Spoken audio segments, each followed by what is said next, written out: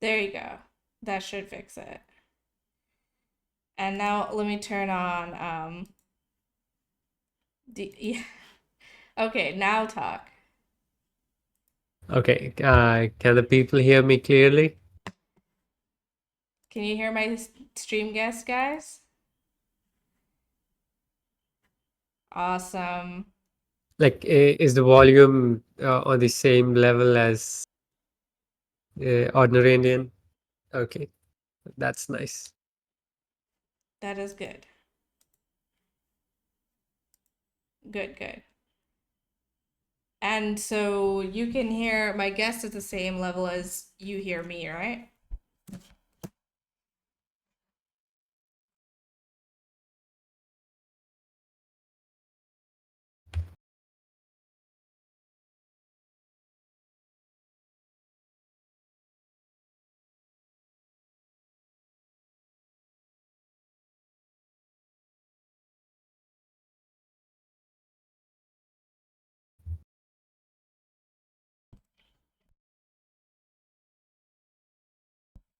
You're like slightly lower. They say. Why didn't you talk again? Um, I guess last time when the guest, I could hear him if I really wanted to concentrate in his very low voice. But like, it's clear enough that people can understand to what exactly I'm speaking easily, right? Not because you are sensitive ears. No, yeah, you can clearly be heard. Okay, okay. Okay, that's good. That's good. Okay, so we have Shakya today on the stream, and Shakya has been working on Buddhist philosophy for a while now. He's actually gone to a Buddhist retreat and been a monk for a month. And he was born in a Buddhist family, and he's been doing discourses on his Discord server for a while. And I wanted to get him on stream so we could just talk about the Buddha and his Dhamma by Ambedkar. Do you want to say some words about your experiences as a Buddhist in Experience India? about my Yeah, when I was a monk. Hmm. yeah, and how it maybe connects to social justice and being an Ambedkarite. Um, I think for a very long time I used to think that social justice is clearly about um, teaching other people and educating other people, and clearly that is one of the aspects that there is. But I feel that um, uh, being righteous in your own right and trying to be good to others and following the very principles, the fundamental principles of Buddhism really helps. As in, um, when Buddha talks about the class struggle, at times he would compare that kings exploit his people when he is very greedy, when he just wants to go on expanding and expanding. So there are these mental elements uh, to man's ambition in some sense, which are not really good. And at times we think that these are nice things. And so to understand that Buddha is trying to explain you that there are things which you consider to be pleasures are not actually pleasures. And even if you get those things, it could be a case that you might not be very happy Mm-hmm. and could also end up causing harm for other people. Right. And it's this Buddhism is pretty unique in that, where it's more about how to find peace in this world Mm, yes. and deal with the things that are making you unhappy by staying in Mm. this world, not by performing something so that in the next life you have Yes. heaven. Yes, yes, yes. Uh, I think there's a page that we could refer to. I think it's page number 229. Okay.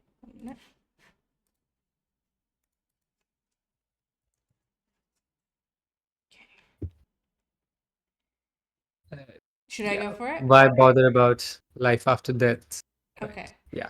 On a certain occasion near the Venerable Kassapa the Great and the Venerable Sariputta were staying near Benares at Isipatna in the deer park.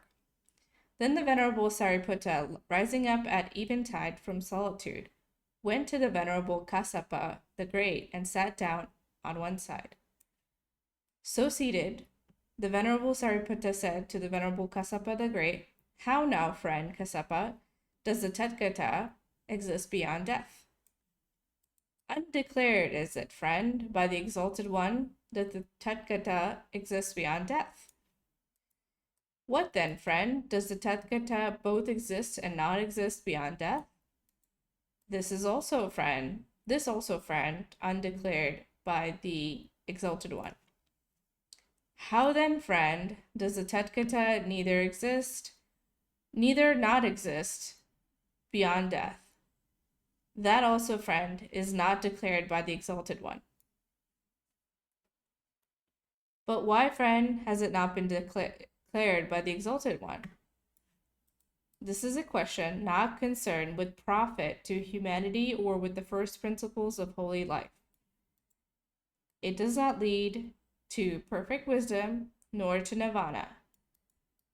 That, friend, is why it's not declared by the Exalted One. I think Um, that's what yeah. you wanted to talk about. Yeah. Um. So what is it? What So, do they mean when they say like this is a question not concerned with profit to humanity? um,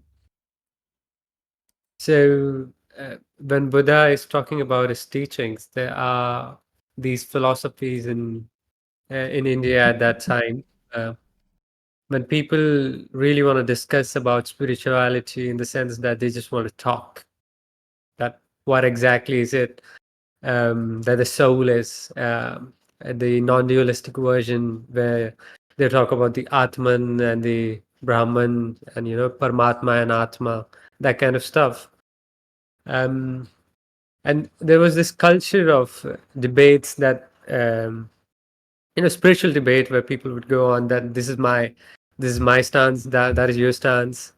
And clearly you can see throughout Buddha's life he seems to be not entertaining this kind of conversations. He would just be like, this is something that I'm clearly not concerned with. um, there would be at times when Brahmins would come in and they would say, what kind of Brahmin are you? The Brahmin as in sense, what kind of religious teacher are you, that you don't have these dreadlocks on your hair, you don't have the bhasam, the ashes of the people that would burn on your skin. How do you call yourself a Brahmin? So Buddha would go on and say that, if you like it, you do it. I don't necessarily have to follow those rules. Um, so we see this attitude of clearly not entertaining those people who had questions that did not actually help them reduce their own suffering, right? So I would say that the majority of the composition of the Tripitaka is basically 90% of the time Buddha is trying to explain to the people that this, to what exactly you're considering to be your source of happiness, is actually impermanent, and at at some point it will cause you dukkha in the sense of dissatisfaction, pain, physically or mentally, right? So that's how Buddha used to go about when people would come to him and ask questions that were clearly irrelevant um, for you to reduce your own suffering.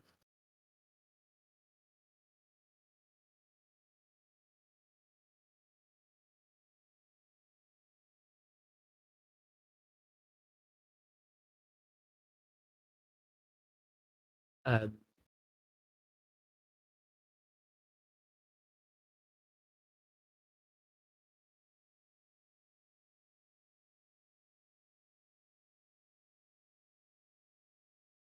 Uh, are you speaking something? Because I'm not able to hear you. Yes, I am. Okay. I was saying Okay. that that is also echoed in this other text that you shared with me, or this other excerpt you shared with me, where this person, Sunakata, says to Yes, another ascetic, I'm not going to follow the Buddha anymore because he doesn't do any miracles, right? yes, yes. So, where does. So, Uh huh. uh, that's a bit higher, yeah. Yes. Um, more higher? Here, Yes. here. Yeah. Um, Yeah, so he's the 15 points, right? Well, sir, the exalted one works. Yes. Well, sir. Well, but sir, the exalted one works we no mystic wonders, surpassing the power of ordinary men. And these are things like spitting out gold, walking on water, healing someone who's sick. And Yeah. so he goes on and says the person that he's talking to replies, well, the reason he doesn't do that is because he is very focused. Um, should I Yes. start reading the whole thing? Um, I'll say just read a few lines after the 15th one, and like the 16th line, you can read what reply does the Buddha give to him, right? Okay. Why Yes. now, Sukhanata? Oh, he's talking to the Buddha? Yes. Um, I didn't know he no, was but talking to the this is Buddha. Or he was talking to a this is third what the Buddha is person. talking about. Okay, okay. Why now, Sunakata, have I ever said to you, come, take me as your teacher, Sukhanata, and I will work for you mystic wonders surpassing the power of ordinary men? You have not, sir. Or have you ever said to me, sir, I would fain take the exalted one as my teacher, for he will work for me mystic wonders beyond the powers of ordinary men? I have not, sir. But if I said not the one, and you said not the other, what are you, and what am I, foolish man, that you talk of giving up? What think you, Sukhankata? Whether mystic wonders beyond the power of ordinary men are wrought, or whether they are not, is the object for which I teach the Dhamma, that it leads to the thorough destruction of ill for the doer thereof. Whether they are wrought or not, that is indeed the object for which the Dhamma is taught by the Exalted One. If then, Sukhanata, it matters not to that object whether mystic wonders are wrought or not, of what use to you would be the working of them? See, foolish one, in how far the fault here is your own.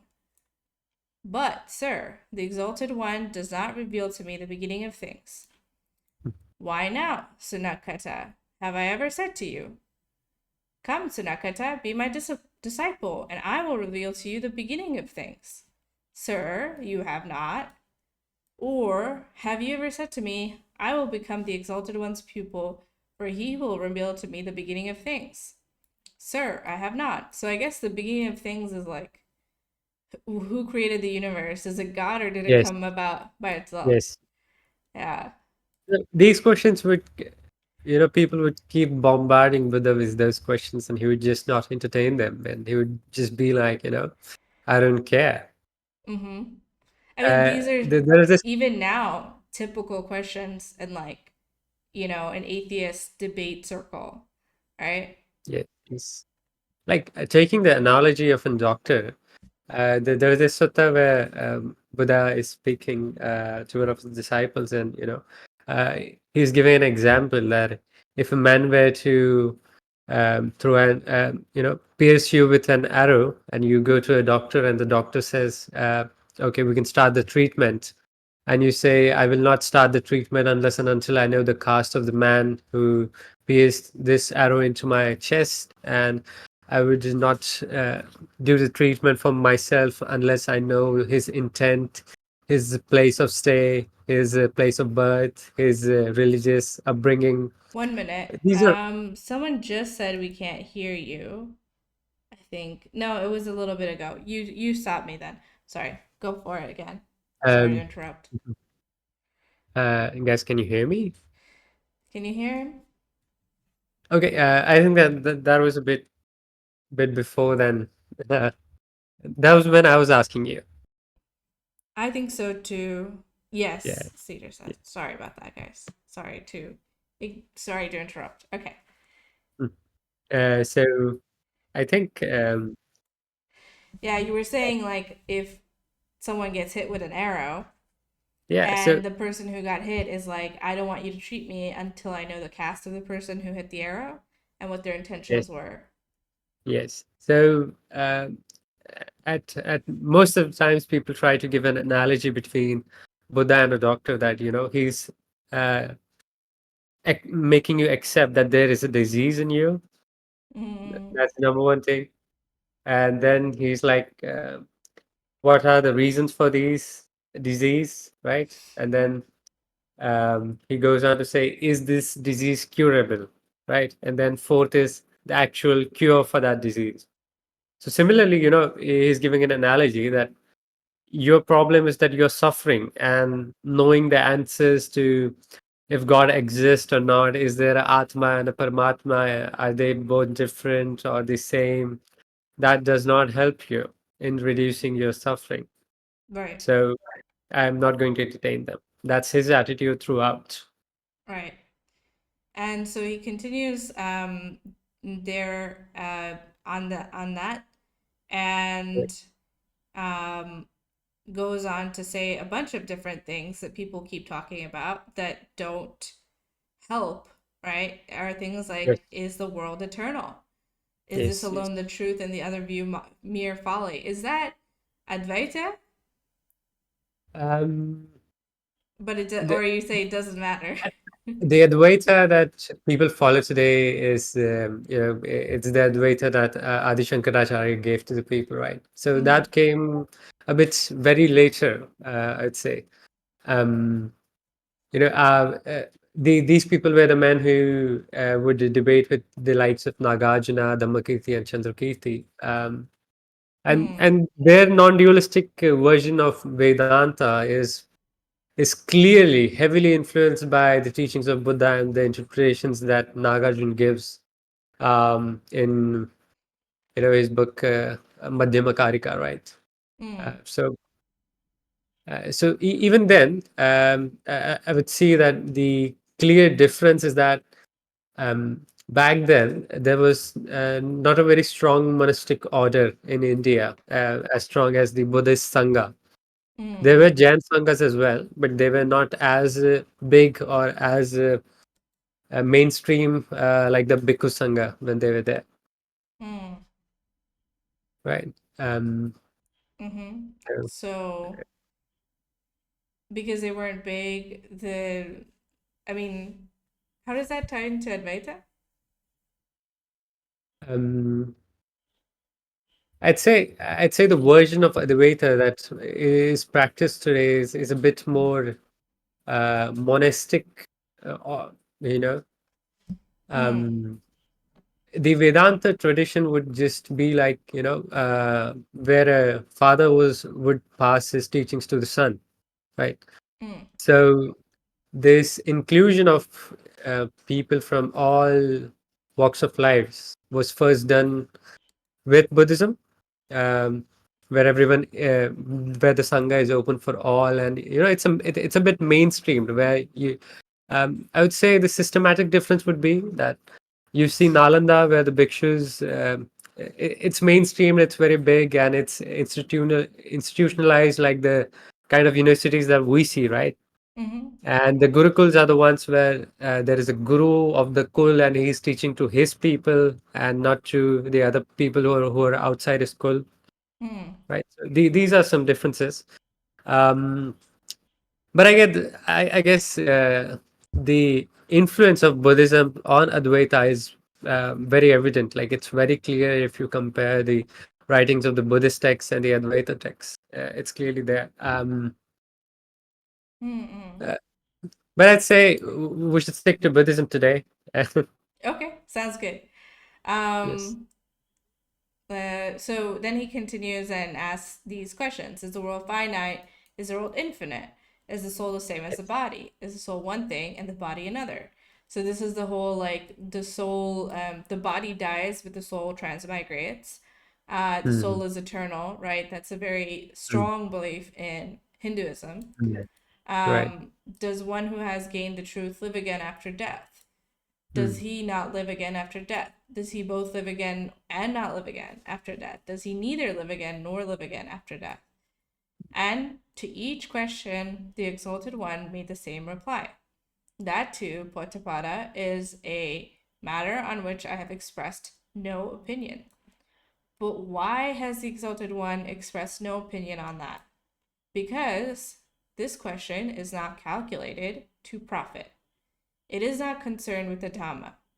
It does not redound even to the elements of right conduct, nor to detachment, nor to purification from lusts, nor to quietude, nor tranquilization of the heart, nor to real knowledge, nor to the insight of the higher stages of the path, nor to nirvana. Therefore, it is that I express no opinion upon it. Then, what Yeah. is. Yeah, yeah, I think the other stuff is very explains that um, I have expounded.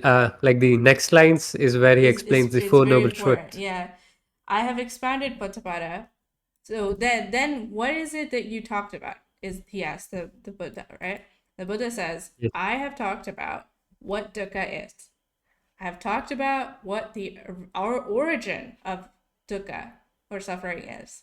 I have talked about how to end suffering.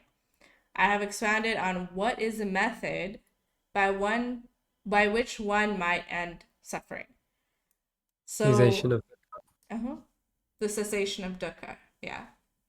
And why has the Exalted One put forth a statement as to that? Because the question Potabara is calculated to profit. So that's the very it's that one that phrase is repeated like in Yes. the one you told me to read before as well, and two times here. Is calculated to profit. It is concerned with the Dhamma, redounds to the beatings of right conduct, to detachment, to purification from lust, to quietude, to tranquilization of the heart, to real knowledge, to the insight of the higher stages of the path, and to nirvana. Therefore, it Mm. is, Pottapada, that I have put forward a statement as to that. Yes. So I think now we have understood some. We do have some idea of what exactly is the approach that Buddha is taking while teaching his Dhamma to the people. His approach is very clear, very simple, and it's very really straightforward. That something helps you decrease your suffering, something helps you end your suffering. That's something that I will talk about. That's something we'll indulge in. That's something that I will entertain if you have questions regarding those things. Mm, Anything else that is not for the profit for yourself, in the sense that this does not help you to end the suffering, I'll just give it up. I won't entertain it. So I think we can start with the part where his enlightenment and his journey starts, I guess, somewhere near the enlightenment, right? So I think that that's on the page 46. okay. Okay. So, meditation for Um, a. Mhm. um, uh, I think we should start with. You want to tell the Sometimes I feel there are story? few lines that we could start with and save time. So I guess read from the first point till the fourth. Okay. Right. Yes. Okay, but um,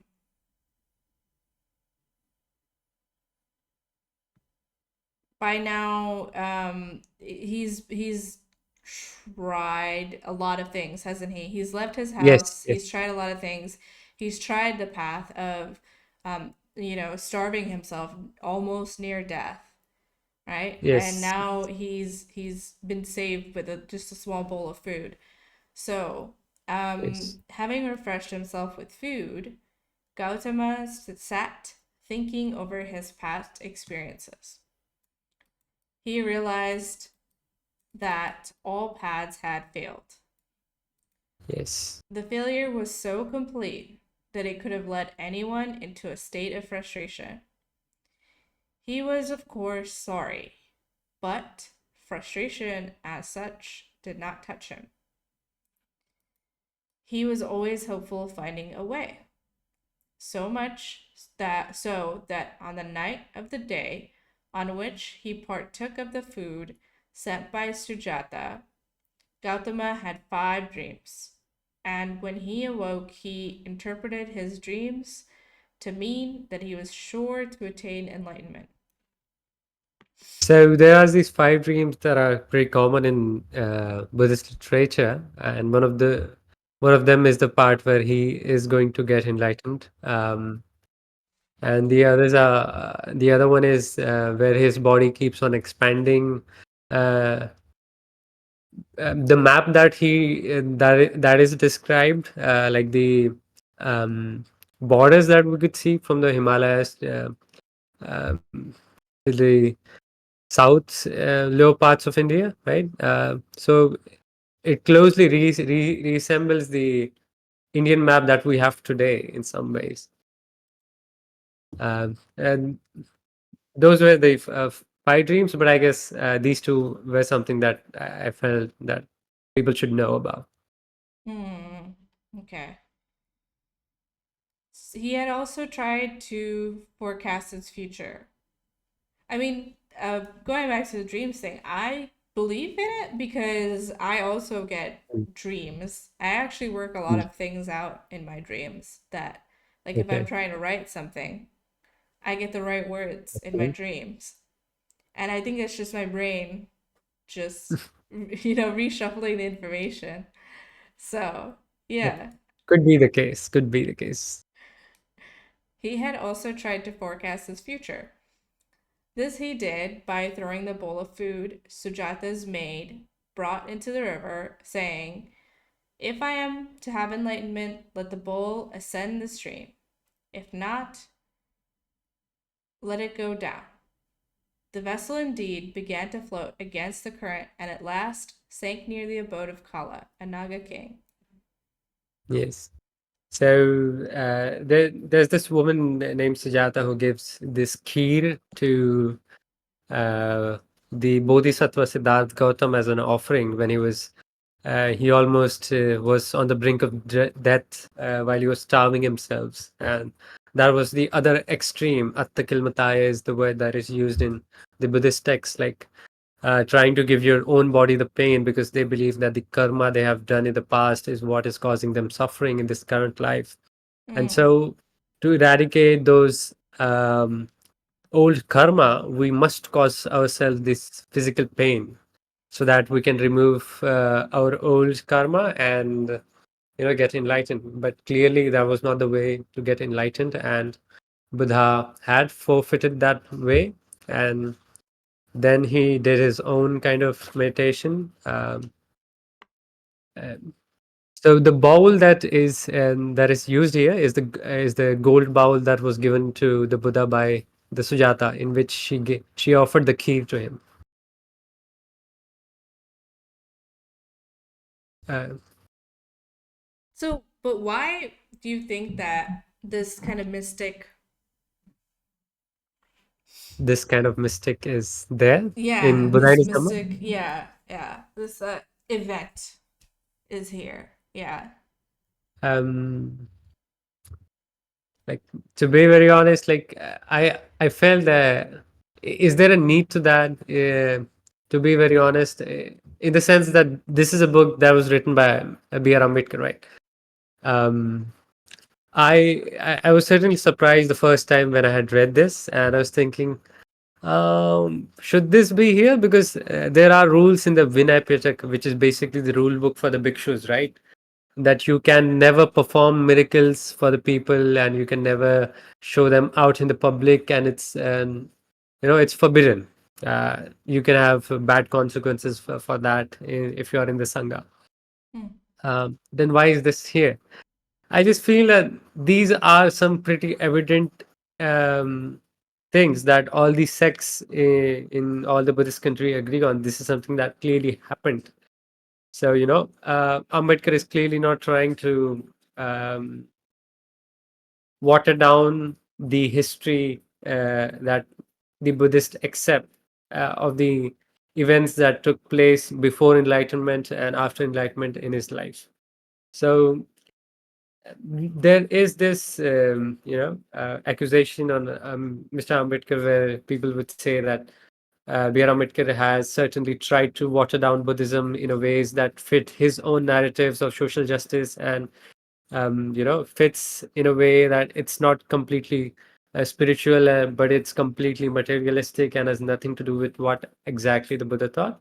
Clearly, I feel when you actually read the book, it does not feel that he's trying to water down the beliefs that the core beliefs that most of the Buddhist sects all around the world have, is what I feel that incident finds its place in the book written by Mr. Ambedkar.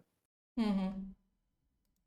Yes, because it continues, and he says the king of Nagas, whose majesty was like the lord of elephants, and his wife Suvarna Prabhasa, having awakened Okay. by the vision Hmm. of Gautama sitting under the banyan tree, uttered this in praise Hmm. of him, being sure that he Okay. was Uh, destined to but I attain think perfect even knowledge. more important from that is the seventh point. Gautama sat down across cross like that one. Can you read that one? Sure, sure. Gautama sat down cross legged and upright under the banyan tree. Determined to achieve enlightenment, he said to himself, "Skin, sinew, and bone may dry up as they will. My flesh and blood may dry in my body, but without attaining complete enlightenment, I will not leave the sea." Yes. So this is one of the Sankappo. This like the um, Samma Sankappo is there, right? So this is a type of Sankalpa, or the kind of resolution that Buddha makes, that I will not get up unless and until I get enlightened. Mm-hmm. So that's there as well. That Um, sankalpa, setting your sankalpa, is part of normal meditation too, isn't it? yes, it is. In Vipassana, if you go to a 10-day Vipassana retreat, Goenkaji would suggest that at times, if you can, make a sankalp that you will not move your body much when you are meditating. So, in the similar lines, in all Buddhist meditation techniques, uh, this sankalpa exists everywhere. Mm, okay. So, I think most monks would say that this is to cultivate willpower and build up character. In that sense, when I was a monk, right? So I was explained in a way that when you try to commit something and you accomplish those things, y- you build this willpower to do more hard things in the future. So that's the way you can go about at it, I Mm, feel. yeah. See. Yes. So, as he sat down for meditation, a crowd of evil thoughts and evil passions, mythologically called the children of Mara or Mm. Kama, which is another name for evil passions, entered his mind. Gautama was greatly frightened lest they should overpower him and defeat his purpose. He knew that in this battle with evil passions, many rishis and Brahmins had succumbed. So he summoned all the courage he had and said to Mara, "Faith is found in me, and heroism and wisdom. How can ye evil passions defeat me? The streams, even of rivers, made this wind dry up. Ye would be unable to dry up my resolutions when I am so intent. Better to me is death in battle than that I should be defeated in life." The evil passions entered the mind of Gautama as a crow goes after a stone that looks like a hump of fat, thinking, "Surely here I shall find a tender morsel. Here perchance is something sweet." And, finding no sweetness there, the crow departs thence. So, like a crow attacking a rock, The evil passions left Gautama in disgust. Hmm. So I think the next part about enlightenment, we can just read the eighth and ninth point, and then we can discuss about it. Okay?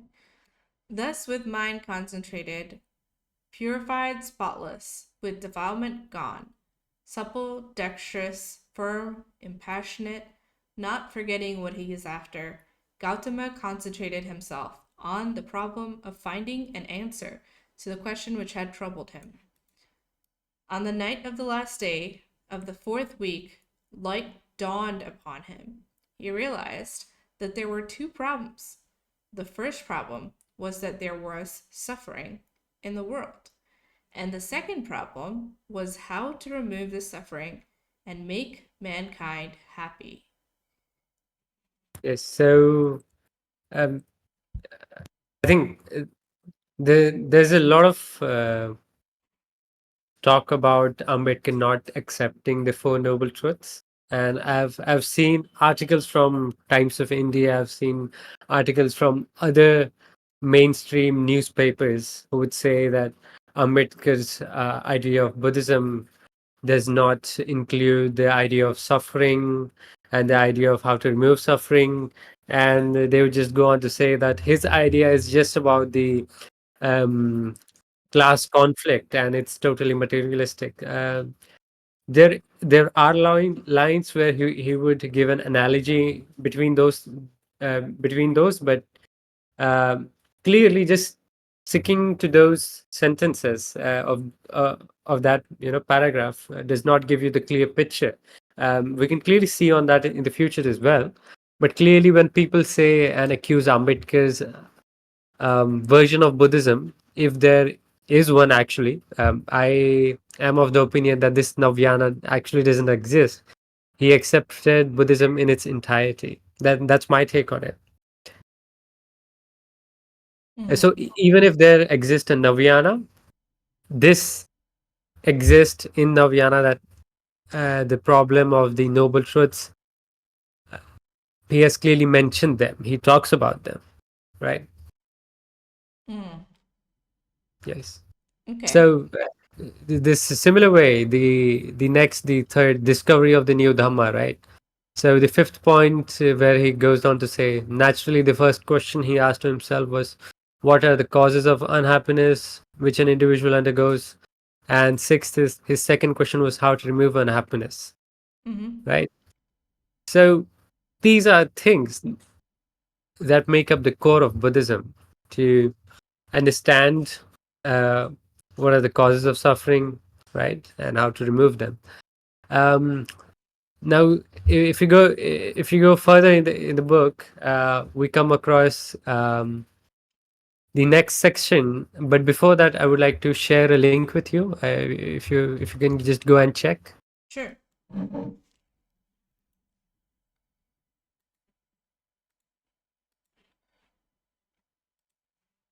I've sent you on Discord.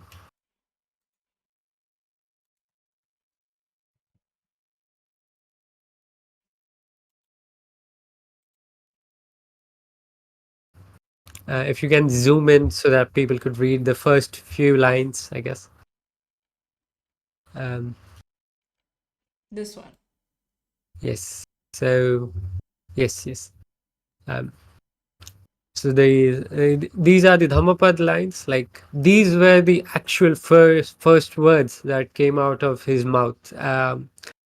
Anek jati sansaram sandhavesam anibbasam gayakarakanga dukkha jati punapuna. So the translation is, I who have been seeking the builder of this house body, failing to attain enlightenment, bodhi jnana or some bodhi jnana, which would enable me to find him, have wandered through innumerable births in samsara to be born again and again, is indeed dukkha, right? Uh, Gahekarakang dittosi punha punagaye na kasang sabbe.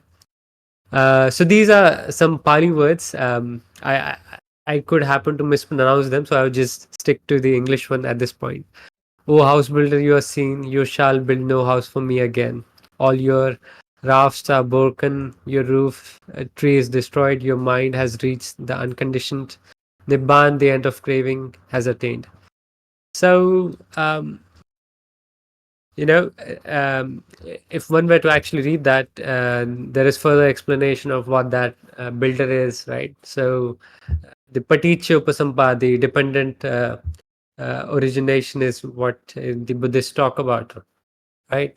So, this is something that Buddha talks about, right? But then these were not the words that he gave it to someone else as to teach the Dhamma. These were just the words that came out of his own mouth for himself.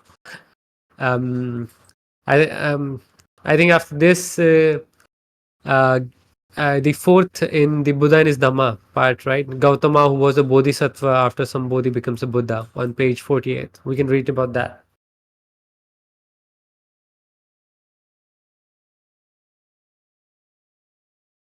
All right. Gautama, after who is a bodhisattva, after Samabodhi becomes a Buddha. And Right. which parts do you want us to read? Yeah. So we can try to save time here.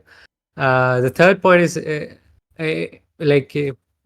bodhisattva is a person who is seeking to be a Buddha, right? Mm-hmm. How does a bodhisattva become a Buddha? A bodhisattva must be a bodhisattva for 10 lives in succession. What must a bodhisattva do in order to qualify himself to become Buddha? So, people would then again bring up the part where Ambedkar clearly rejected these notions of rebirth. I would say rebirth is not the correct word to use in Buddhism, because rebirth, as understood by most of the people in West and in East in our country as well, it's basically reincarnation, Right. and that's not the word. That's not the exact translation for the word punabhava that is in the Pali text, right? Mm. Um, so when people would say that Ambedkar did not agree to these things, and his idea of Buddhism is very different, I still feel that is not the case, because Do you want to go into that after this one? Like, do you want to look at that excerpt where he talks um, about rebirth after? rebirth, yeah, definitely. But I think, okay, so if you have to go to rebirth, I guess I can share the pages. I think it was like Um, 195, right? okay, just let me check.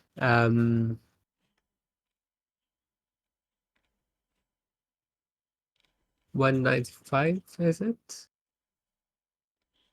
So it starts with karma. If past birth is good, like the way that Oh, so works. Ahimsa. uh, okay, we can read about this. Here.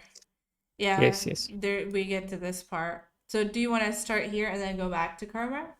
Let's do that.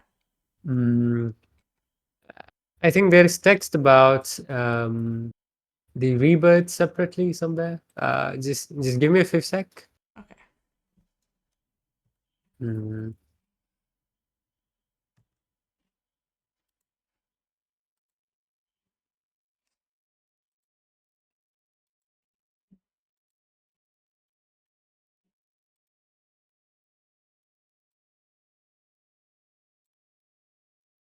I guess we can do this one. Where Yeah. it talks about the giants, right? Yeah. Or we can do the This one, he's talking about the idea here. The Blessed Lord preached that there was rebirth, but the Blessed Lord also preached that there was no transmigration. There were not wanting people who criticize the Lord for preaching what they regarded as such contradictory doctrine. So this basically means like there was a lot of people who criticized the Buddha because they thought hmm, that this was contradiction. Um, um, I think if we really want to get into that discussion, it's it would be nice to know the context, that in those times in India, people would have this notion of setting binaries, right?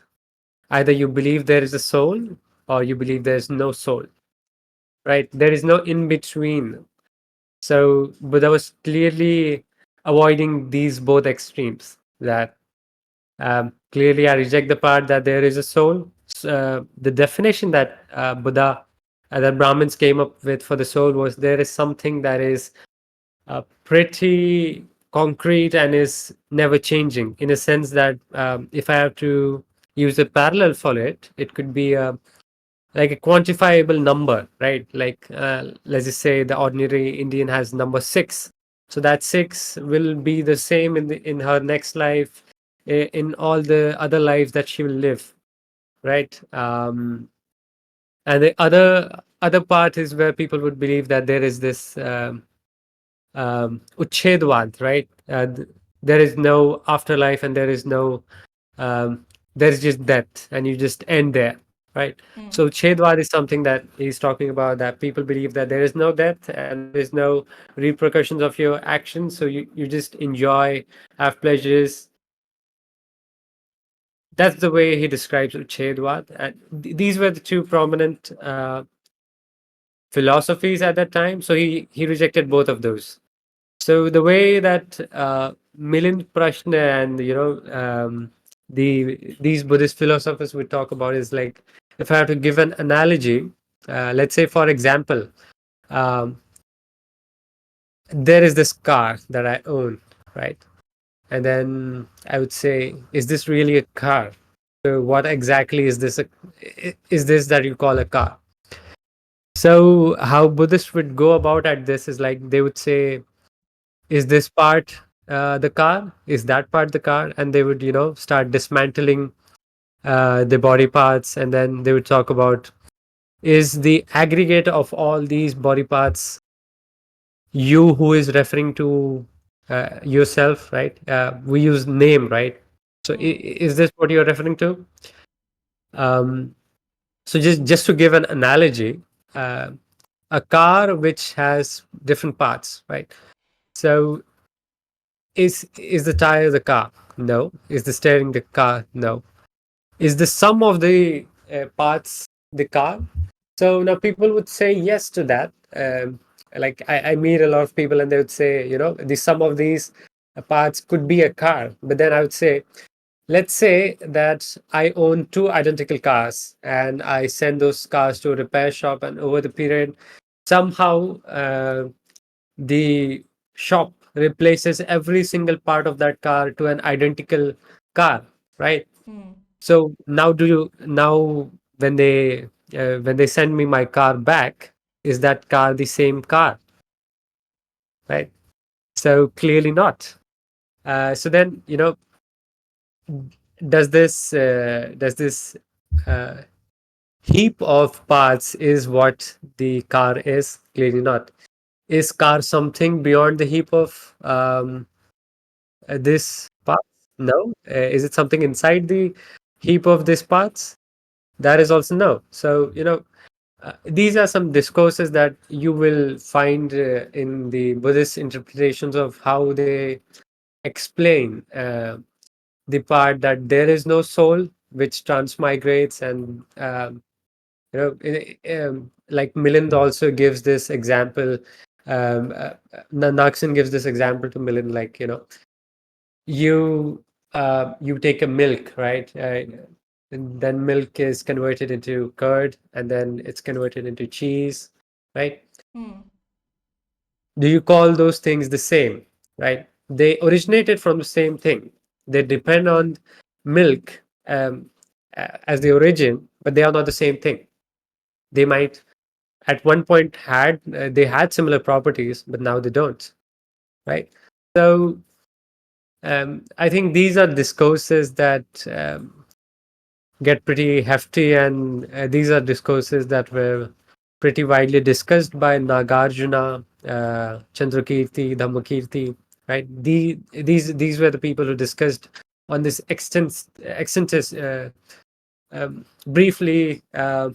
If you read Nagarjuna's text, it's pretty clear what exactly he's referring to, because at that time Buddhists were getting very definitive about definitions of how to define this, how you define that. This is exactly this. So, he would try to avoid and try to, educate people that these labels is not what the Buddha taught you. People, monks would go on to say that eating non-veg and killing an animal is the same thing. For a bhikshu who is going for bhiksha and, Hmm. ask That was food, actually like the reading from before. So yeah, go ahead and give them a summary, and then we uh, can look at it. The part about ahimsa, it's just like a page above. um, um, do you need a summary of the part where I'm Or I speaking mean, about? like you can introduce ahimsa, and then we can look at ahimsa, like the reading on it. Yes, yes, yes, clearly, clearly. I think we should do the reading first, and then we can discuss more on Sure, it. sounds good. Let's see. Let's actually start maybe. Okay, so should we maybe start with the karma, or do we want to just jump to ahimsa and then go back to karma? Because like, Okay, okay, let's do karma first. Let's do okay, karma. all right. So, did the Buddha believe in past karma having effect on future life? The Buddha's doctrine of past karma is thus in keeping with science. He did not believe in the inheritance of past karma. How can he, having held to the view that birth is genetic and whatever inheritance comes to the child comes through its parents? Apart from logic, there is more direct evidence on the point contained in a sutta called the Kula Dukkha Kanda Sutta, which contains a dialogue between the Buddhas and the Jains. In this dialogue, this is what the Buddha says: Nigantas, you have done evil in the past, extirpated by these severe austerities. Every present restraint on body, speech, and mind will hereafter undo the evil doings of the past. Hence, by expelling through penance all past misdeeds and by not committing fresh misdeeds, the future becomes clear. With the future cleared, the past is wiped out. With the past wiped out is no more. Within no more, painful feelings are no more, and with painful feelings now no more, all will be outworn. This teaching commends and approves itself to us, and we rejoice in it. Yes. So this he's talking about Jains, right? He's Yeah, he's talking describing about James. their practices. So Yes, yes. like maybe not everybody in watching knows, because like Jains are kind of like a small group of people in India, but these are people who are very extreme about avoiding hurting things. So, for example, they will walk around with a mask on. Even before COVID-19, they would have done that because they don't want to inhale the little creatures that live in the air and kill them. And they avoid eating root vegetables because when you dig up a vegetable, when you dig up a carrot, you're killing the whole plant. Plus, there's like little bugs that live in the soil, and you're killing the bugs by pulling up that plant. And so they only eat things that grow on top of the plant, and they don't eat any meat either.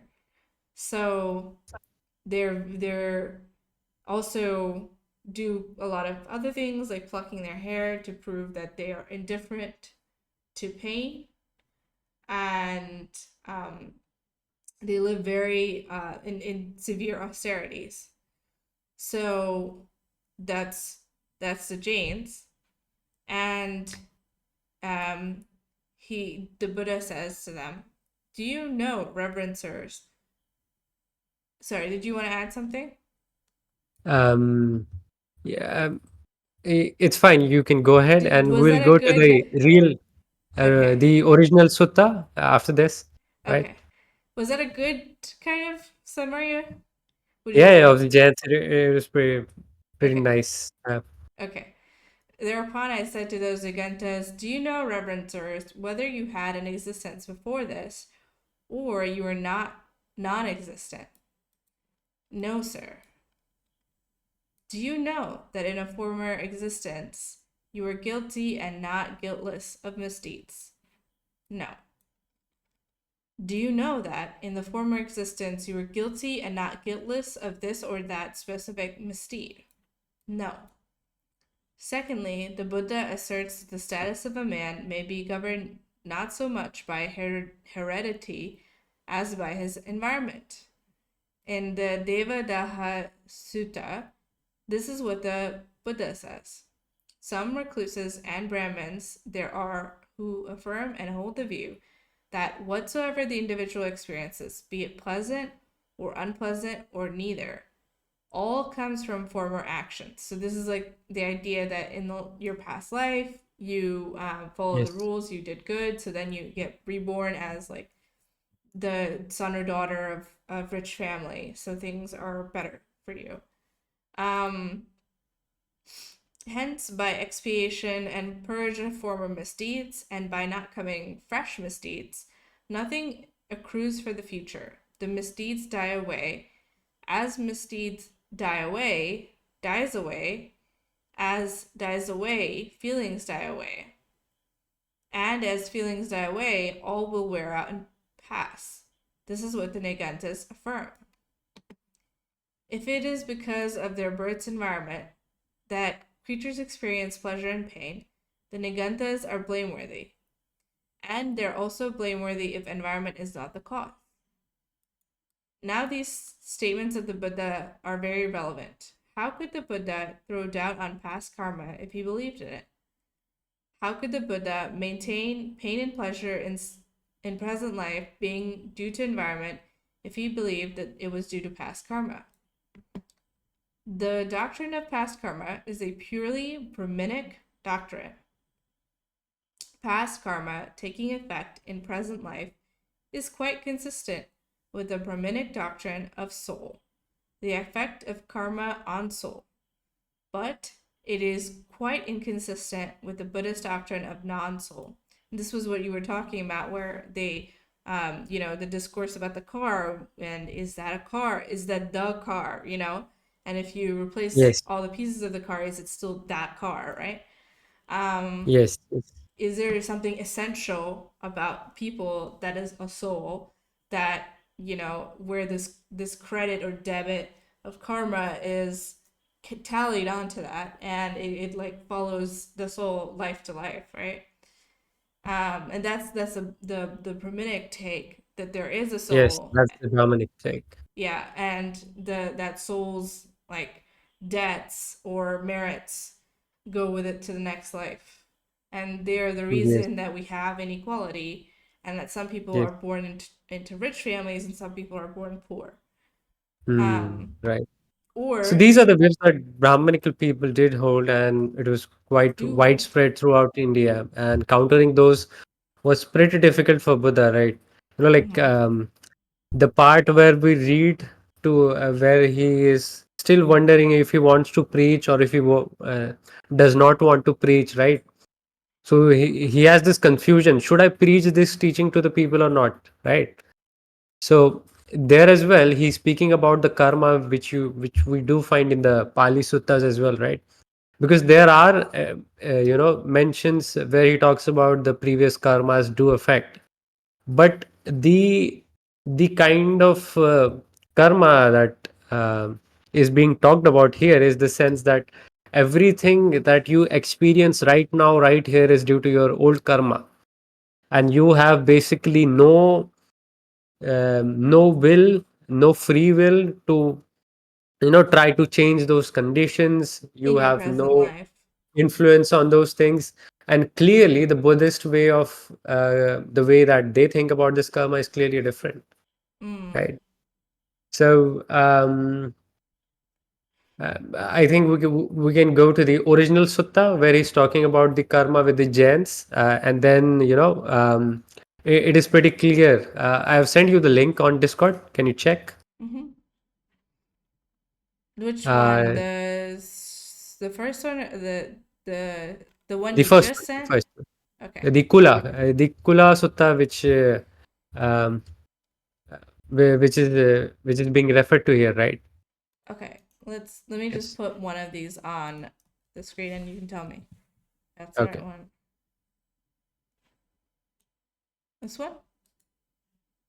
Um, yes, yes. The lesser it is goes on mass of suffering, right?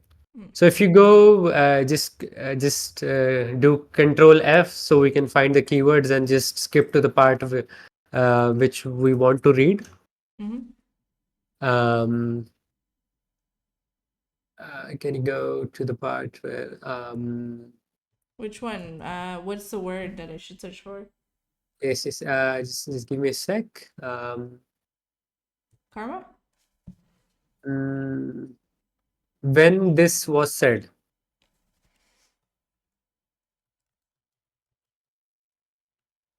Mm. when this was said. Okay. Yes, yes, yes. Exactly. Yeah, that's what. Yeah, you can read. Okay. Mahanama. When this was said, I said to those Nagantas, Venerable Nagantas, do you know what you have or have not done in the past? No, Venerable. Venerable Nagantas, do you know whether or not you have previously made harmful karma? No, Venerable. Venerable Nagantas, do you know what kind of harmful karma you have made? No, Venerable. Venerable Nagantas, do you know how much suffering has been eroded, how much remains to be eroded, and when all of it will be eroded? No, Venerable. Venerable Nagantas, do you know the immediate abandoning of unwholesome phenomenon and the taking up of wholesome phenomenon? No, Venerable. Venerable Nagantas, it seems that you do not know what you have or have not done in the past. You do not know whether or not you have previously made harmful karma. You do not know what kind of harmful karma you have made. You do not know how much suffering has been eroded, how much remains to be eroded, and when all of it will be eroded. And you don't know the immediate abandoning of unwholesome phenomena and taking up wholesome phenomena. This being so, Venerable Nagantas, when bloody handed killers who have performed cruel deeds are reborn among humans, they go forth in the Nigantas. Niganta Venerable is the word that is used for the Jains, actually. at that point, yeah. Yes. Okay. Venerable Gautama, happiness is not to be gained through pleasure. Happiness is to be gained through pain. Gautama, if happiness could be gained through pleasure, then King Senya Bimbasara of Magadha would gain happiness and live with more happiness than Venerable Gautama. Yes.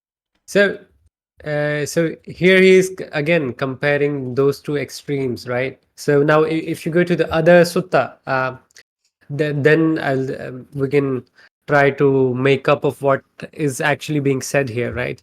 We'll come to the Jain part as well, because I know you're clearly interested on that one as well. We No, should. the Why don't Dhamma you want to get Chakravarti Sutta, to the other Madhyamaka? link, the other link, Okay. uh, the the other link that I had sent you on Discord.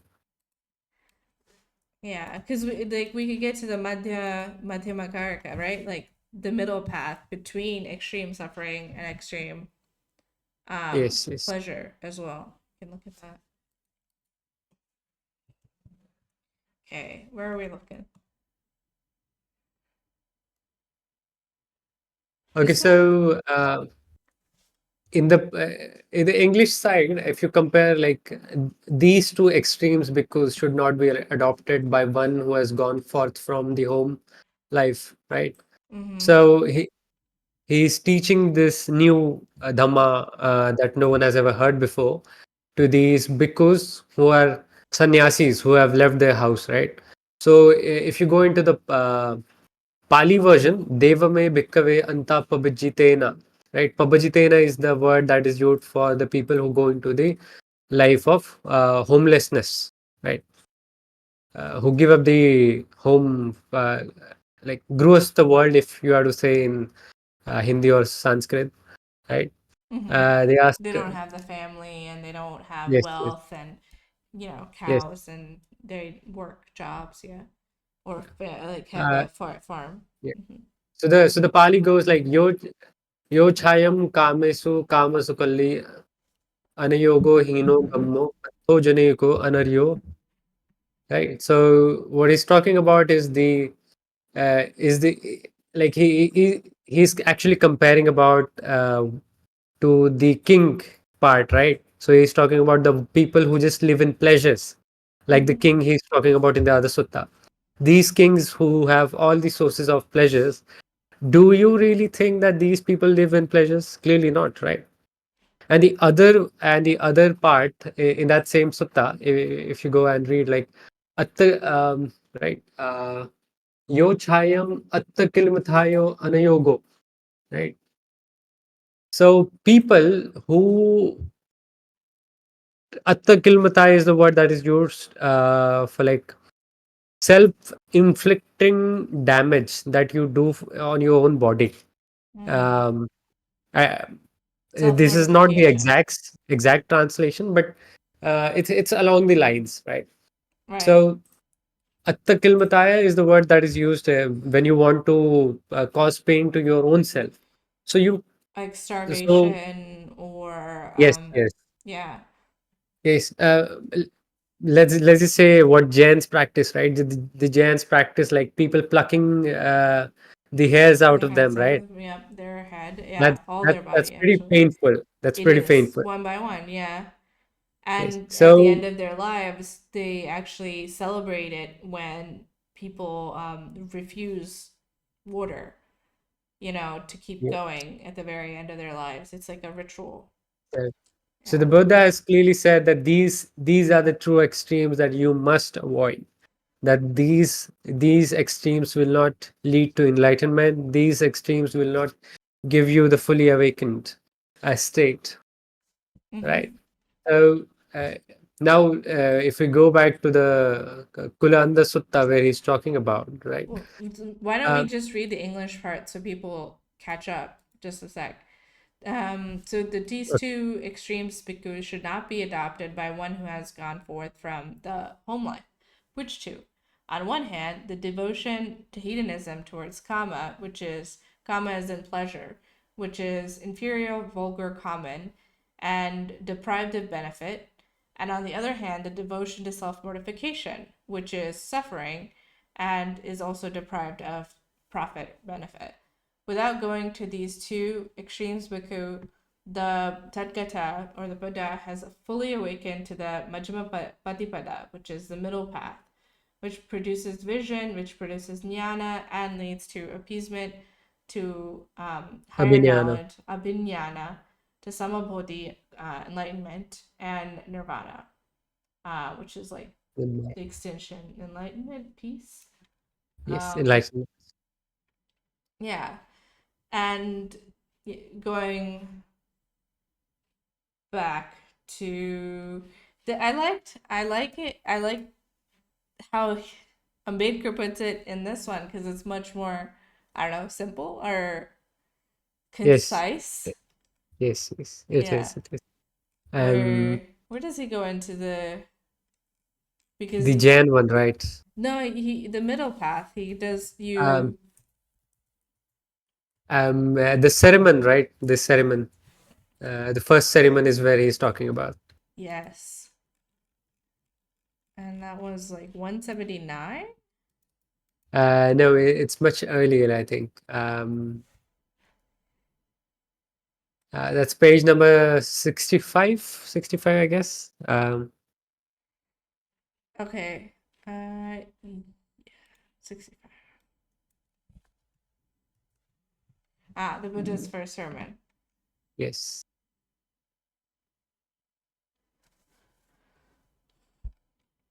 The second part, the Buddha's first ceremony. Hmm. After exchange of greetings, the five Parivajjikas. Parivaj- parivrajjikas asked the Buddha yes.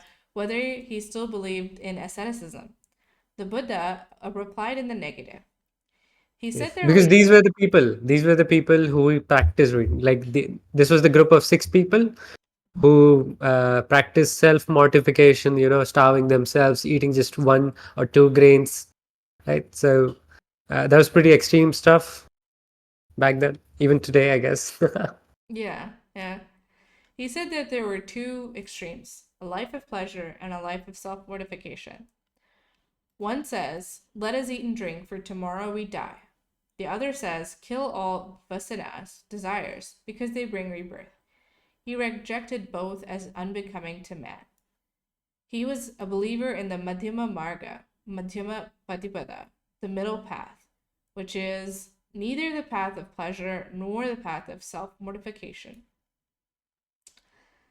Answer me this, he said to the Parivrajyakas. So long as your self remains active and continues to lust after either worldly or heavenly pleasures, is not all mortification in vain? And they answered, it is as thou sayest. How can you be free from self by leading a wretched life of self mortification if ye do not thereby succeed in quenching the fires of lust? And they replied, it is as thou sayest. So he's saying just by starving yourself doesn't mean you're freeing yourself from the desire to like go to a buffet and eat a lot of food. You're just starving yourself. Mhm, yes. Only when the And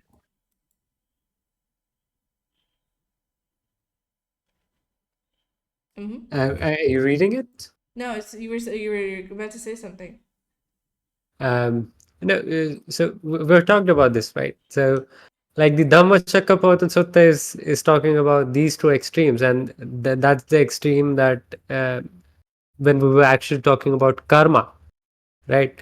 That Jains, you're following this idea where you feel that because you have done some really bad stuff in your past life, that you're trying to give yourself pain, Mm, right? So that's something I clearly do not believe, because the first part is that you don't know what birth you had, you don't know what kind of karmas that you did. So basically, let's just say you had done something else and you're doing clearly something else. So it's clearly illogical to try to do something which is um because you don't know what exactly you did, and you don't know how to repent for those things.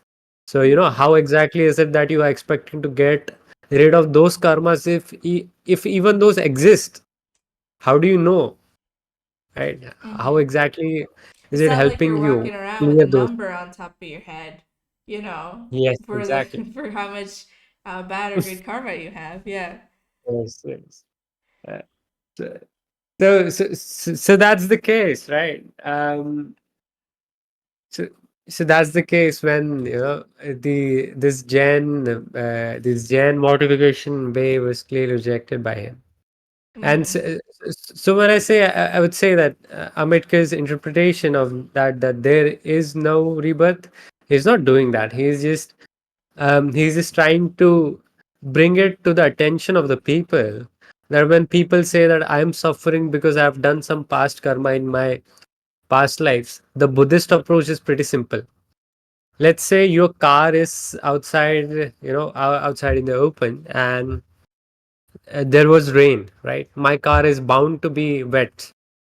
Mm, But because my car is wet, can I assume that it must have rained? No, right? So the I Buddhist guess way is not. that No. you don't know your past lives. You don't know what karmas you have done.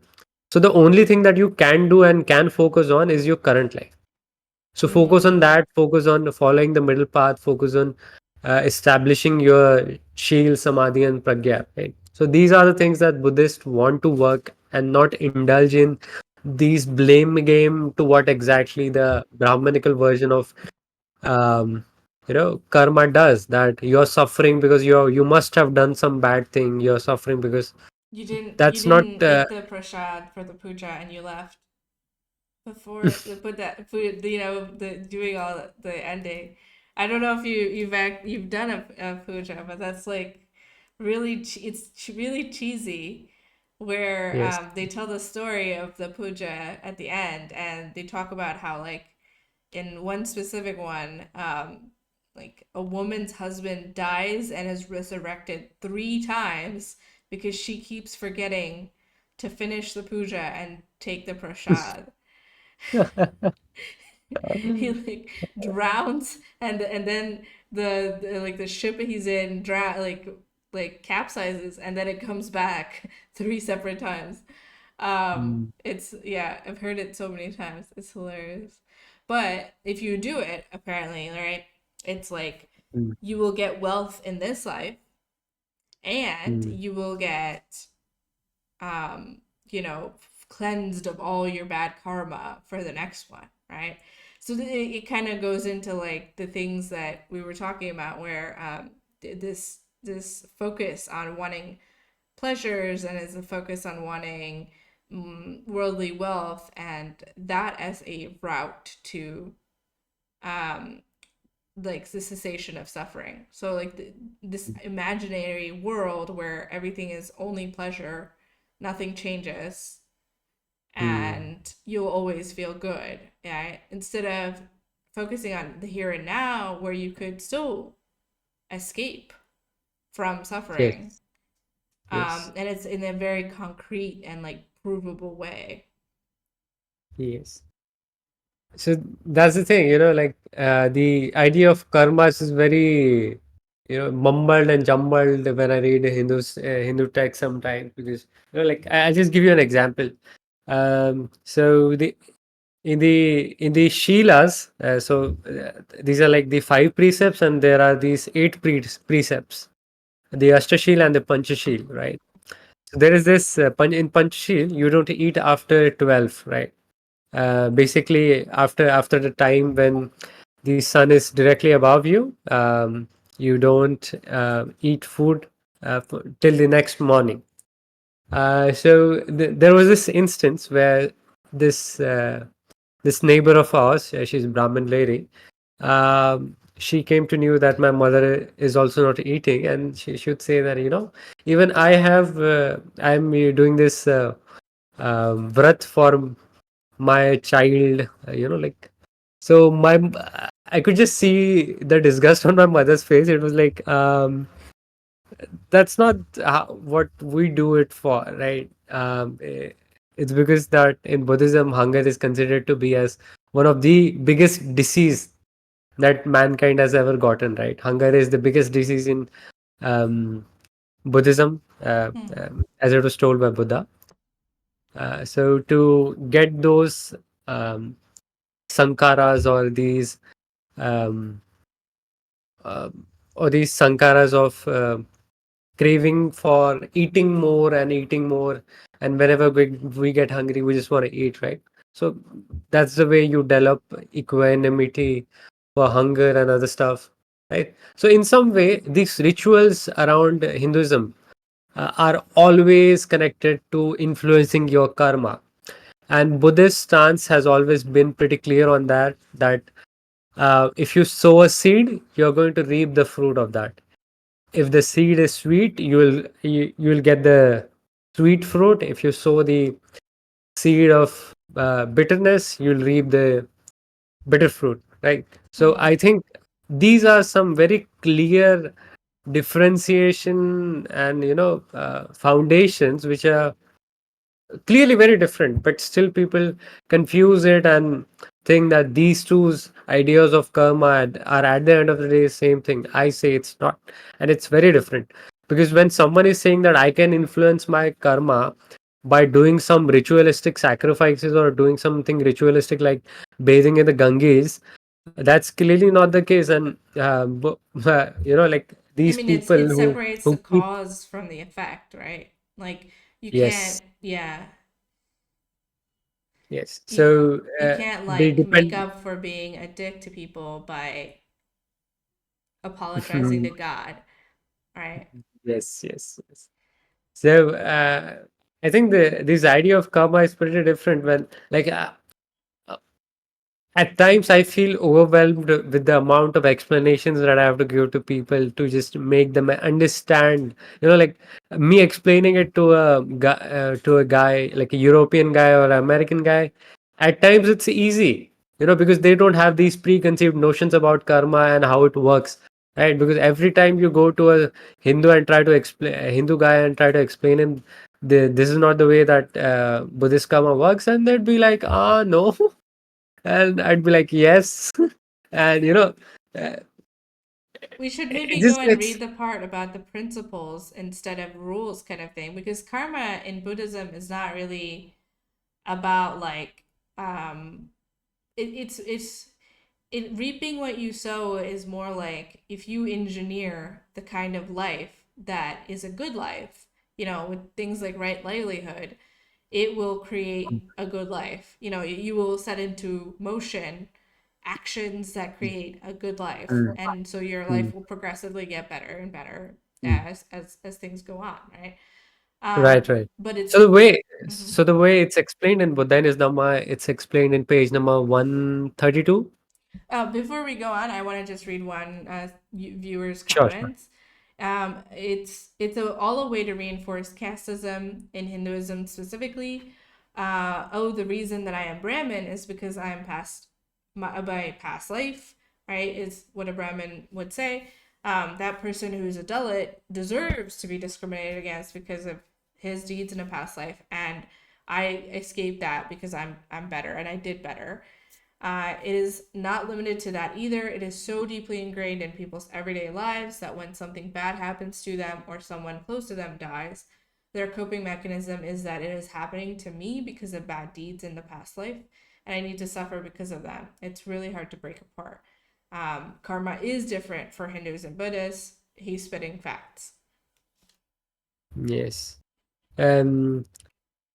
I think there is this few other suttas we can go and explore if you want to about karma, which are not mentioned in Buddhist Dhamma. We can go to those, and then we can go to the Buddhist Dhamma part as well if you want. Sure. Do you want to start with the Buddha and his Dharma? Um, we'll start. We'll try to stick with the topic that we have right now. Okay. With the Right. karma, So yeah, karma. So I think it's like, I've sent you the link. all right. Check it out. Yes.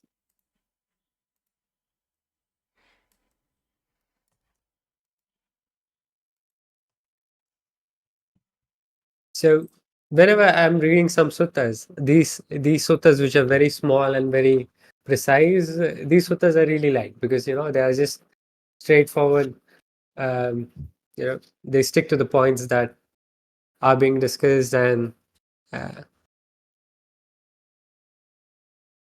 uh, can you zoom out a bit because I think people can't read a little bit of text in the stream. Oh, okay, yeah. Let me double check. Like, oh yeah, Okay, you're or, right. or It, or it you is can it just is too zoom in the much. part where it's just English. Yeah. Let me try that. I don't know if I can You can scroll a bit. scroll for. Is it shift? No. Fix toolbar. Scroll for toolbar at the top. No.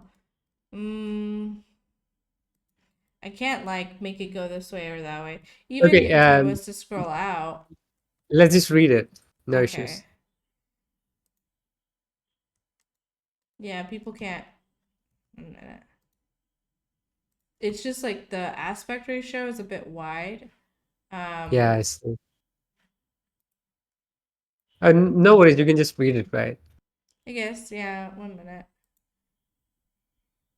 If you can arrange it, that would be nice. I'd have to see. Oh yeah.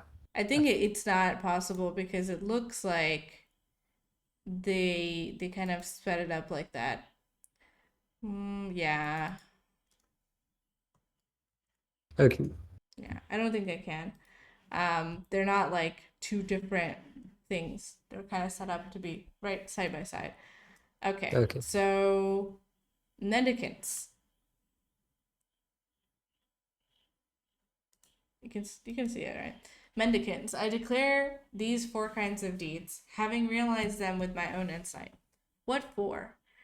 There are dark deeds with dark results, bright deeds with bright results, dark and bright deeds with dark and bright results, and neither dark nor bright deeds with neither dark nor bright results, which lead to the ending of deeds.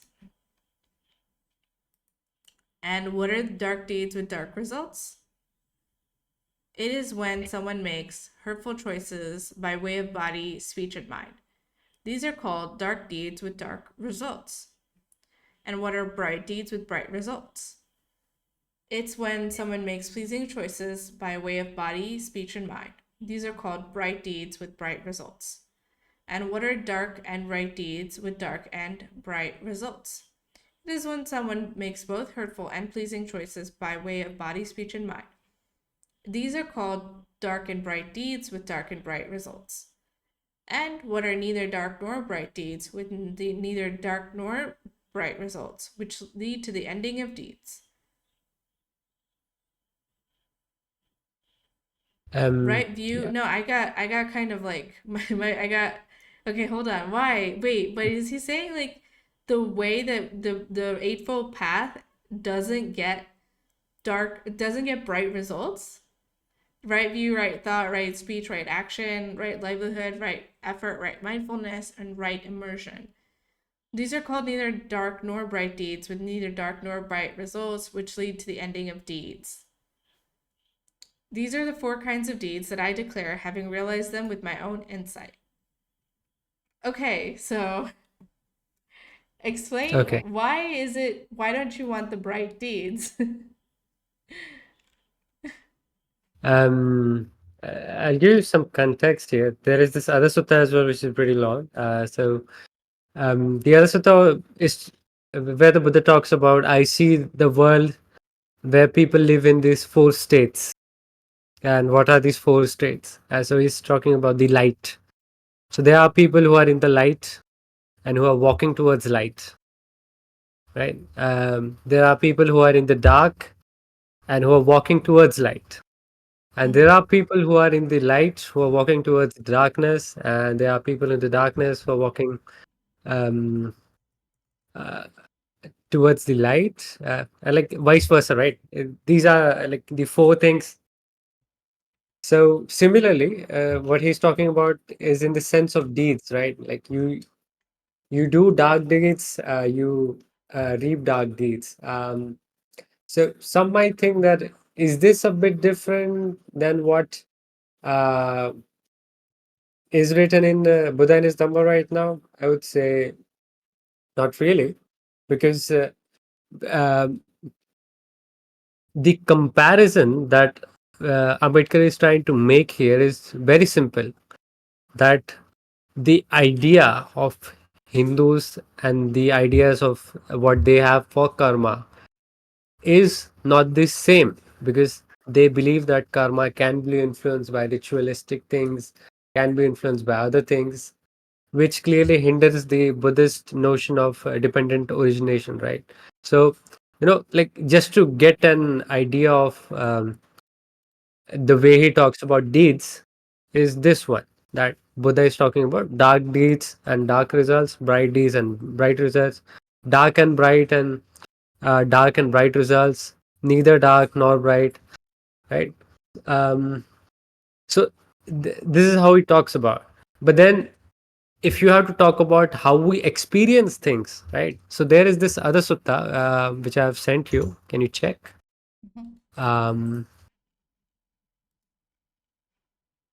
okay, just give me a sec. Check this sutta. Okay.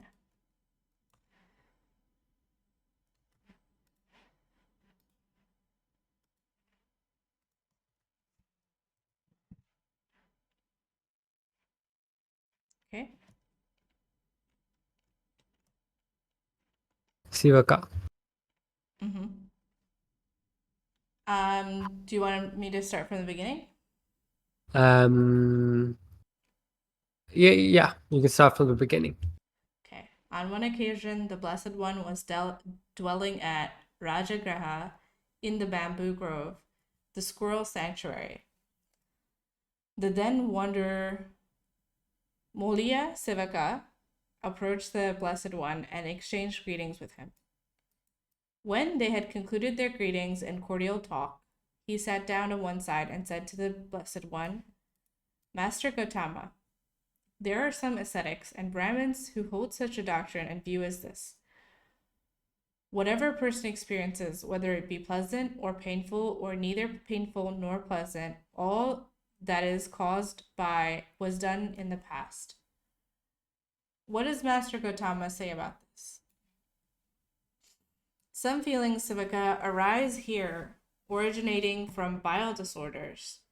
That some feelings arise here, originating from bile disorders, one can know for oneself, and that is considered to be true in the world. Now, when those ascetics and Brahmins hold such a doctrine and view as this, whatever a person experiences, whether it's pleasant or painful, or neither painful nor pleasant, all that is caused by what was done in the past, they overshoot what one knows by oneself, and they overshoot what is considered to be true in the world. Therefore, I say this is wrong on the part of those ascetics and Brahmins. So, what is this Yes. from again? Hmm? Samutaya Nikaya. Samayutaya Nikaya. Is this one of Samyukta the Nikaya. originals? Like, Yes. huh, okay,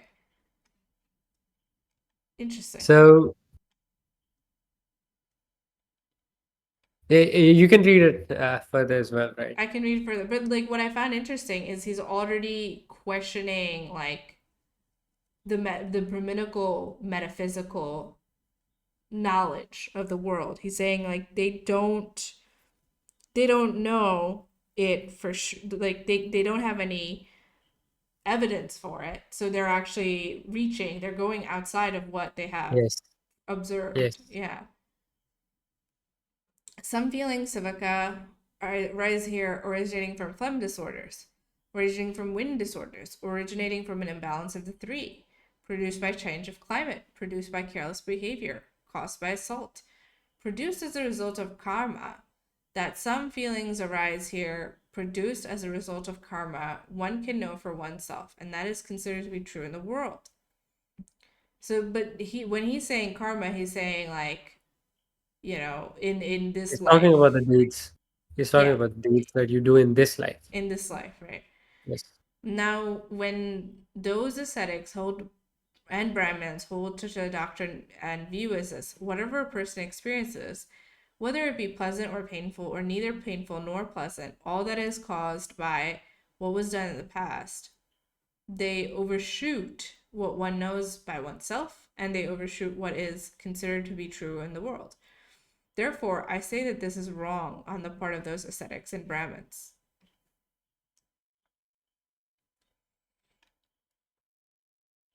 So he's. Mm-hmm. Again we see this, people trying to establish binaries, this binary version of karma, where either you believe that everything happens from your karma and nothing happens from your karma.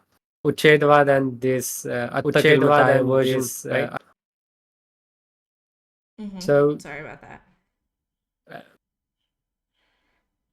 I think when people actually read the text, they can have a clear idea about what exactly it is that is being talked about. Mm-hmm. Um, that's what I feel. Right, right. So like, we know the reasons for suffering when it's like a bodily problem, right? We know that it's like is that what he means when he says bile, like we know that you're getting this because you have heartburn? Like is that what he means? Or like the Um, science of that time, right?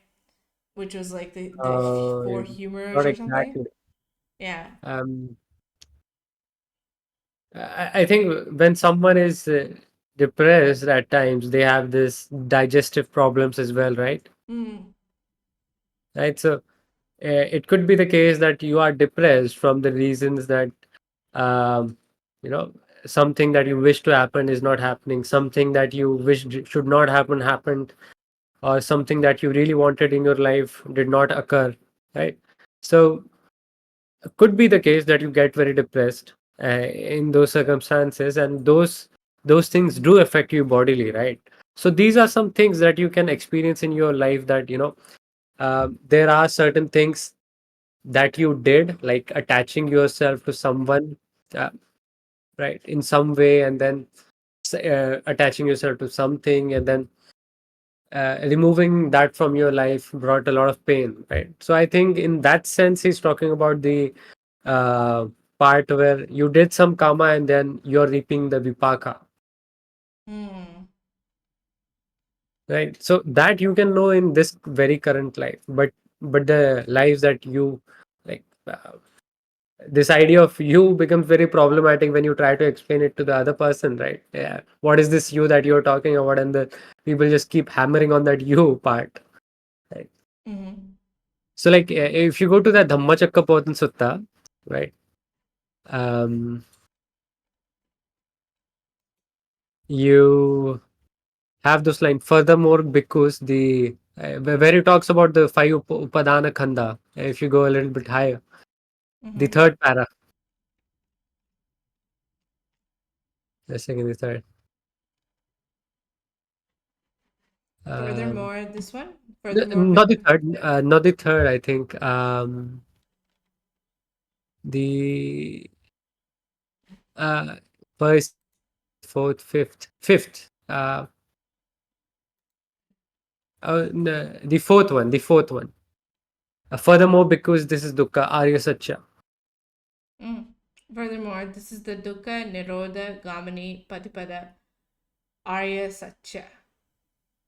Just as this, so which is path leading to the cessation of suffering. And it's the noble truth. Just as this Arya Atangika Maga, noble eightfold path, that is to say, Sama Ditti, right view, Sama Sankalpa, right intention, thought. Um, Not those lines. Can you find the lines? Furthermore, because this is the dukkha arya satya, jati is dukkha. Can you read that? Um, Jati. Ah, J. ah. Furthermore, because this is the dukkha arya satya. Jati, birth is dukkha. Jara, old age, is dukkha, sickness. Sickness is dukkha. Death is Yeah, these. dukkha. Association with what is disliked is dukkha. Disassociation, so craving and aversion, right?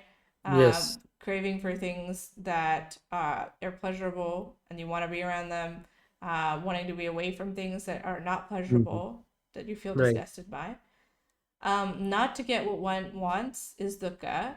In short, the five upadana Khanda. khandhas. Five aggregates. Yeah, five aggregates of attachment, aggregates of appropriation are Hmm. dukkha. Yes.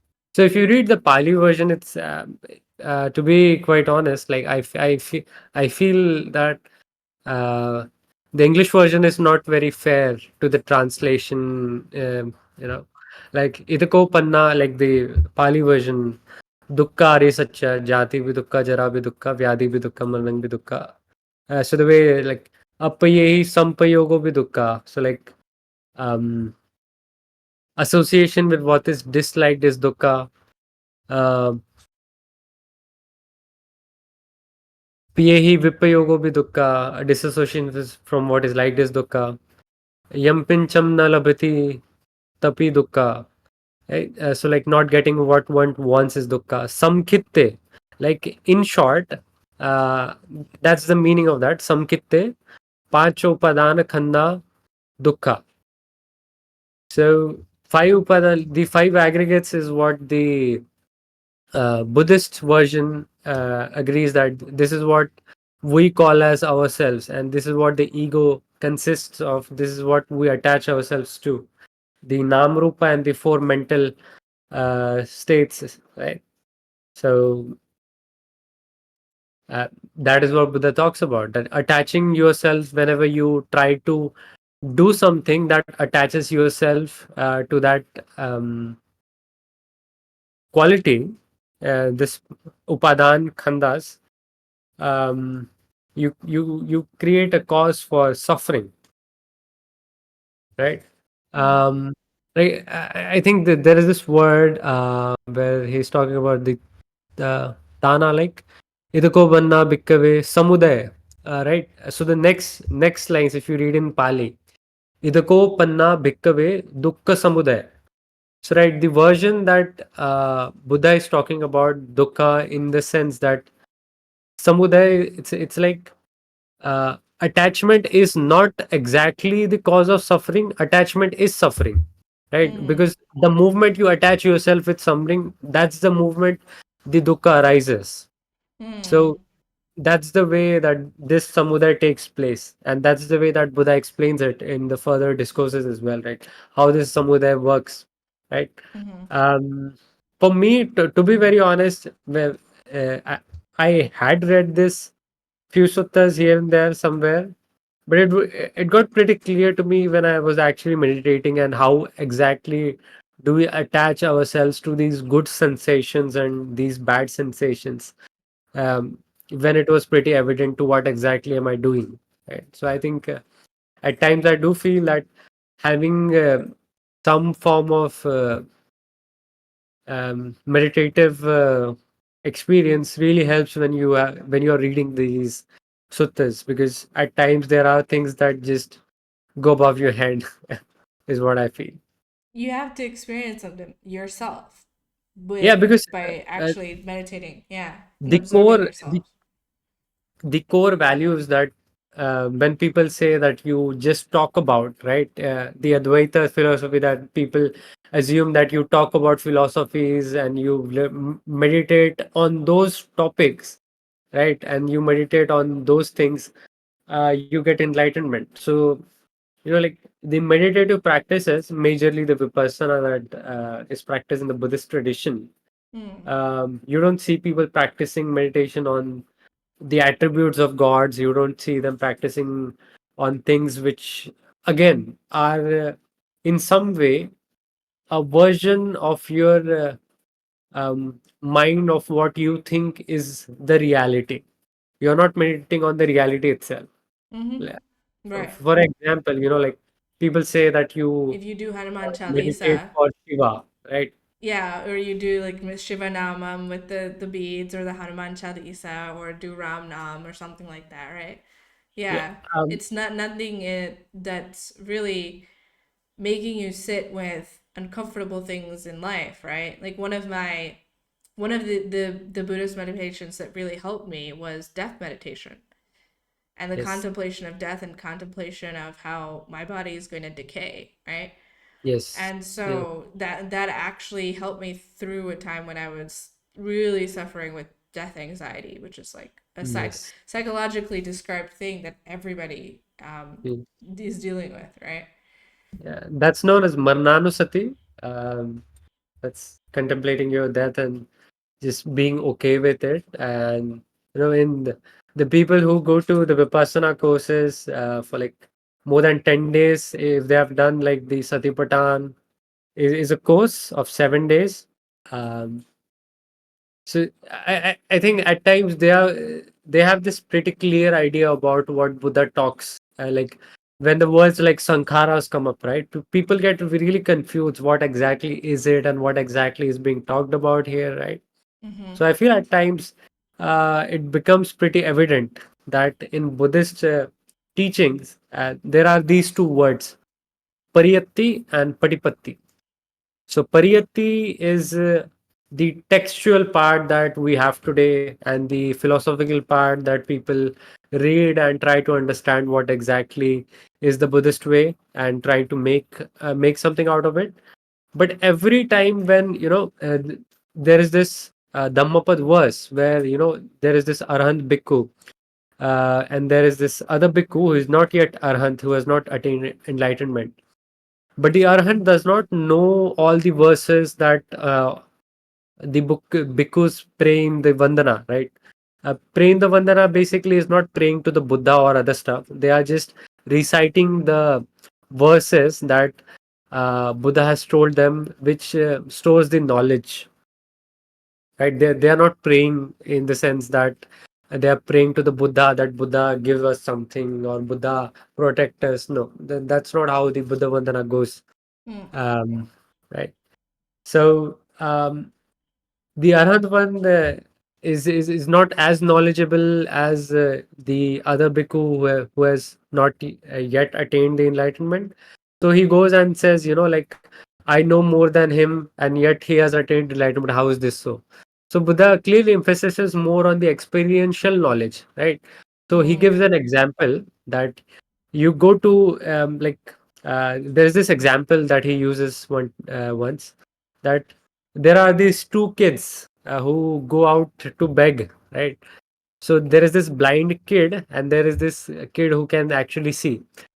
So one day he goes for begging, and somehow the blind kid falls sick and he is very ill, so he can't go for begging. Mm. So this kid goes to a house and this woman gives him kheer.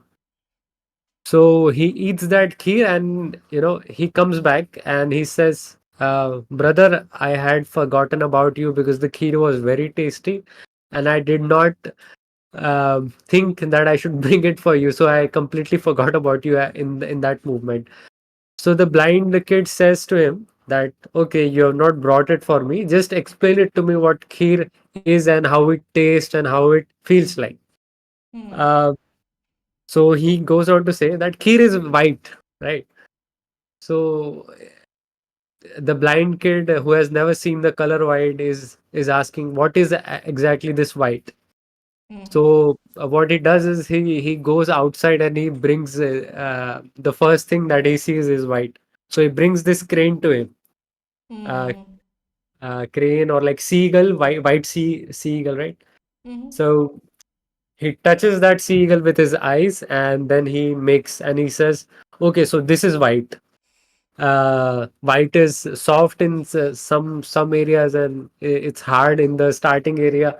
And then like Buddha is explaining that you can talk about it, you can try to understand it in the way that someone else is explaining it, but you will clearly not understand it in the sense completely, unless and until you actually go and experience it. So this is where the part where um, you have to go into the meditative part, and this is where it becomes very evident that without this, if you go further, it's not going to help you much, because this is just going to be in the um, you know s- uh, conscious mind, and the changes that you have to make will not reach the subconscious minds, uh, Mm.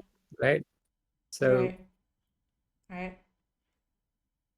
Yeah, that's and where the there's that meditative famous practice comes. painting of like the monk shepherding the elephant and the monkey, and just slowly, slowly in the monkey mind, right? And the elephant Mm. is the habitual subconscious, Yes, yes, and the monk is your intention, right? And over yes, time with meditation you get both of them to calm down and focus and work together, to stay on task. yes. But at the end of the painting, actually, you fall back down, and the monkey and the elephant become unruly Mm. again. So it's like a Mhm. never-ending cycle where you have to keep going over and over again. That Yes. needs persistence. Yeah, but you can only do that through meditation Yes. and So experiencing for yourself. Yeah. that's the Samyak Samadhi, right? So like the Buddhist texts, you find versions of Samadhi which are unwholesome and which are not Samyak. So like let's say Samadhis which are used by animals for hunting, right? They just concentrate on their prey, Mm. right? So just to give you an example, these are concentrations which are not helpful. So Samyak Samadhi is something that is established after following the shield, right? If you have the foundation of the seal, you can get the Samyak Samadhi, and that's how it works. And then after you go and work on the Pragya part of it.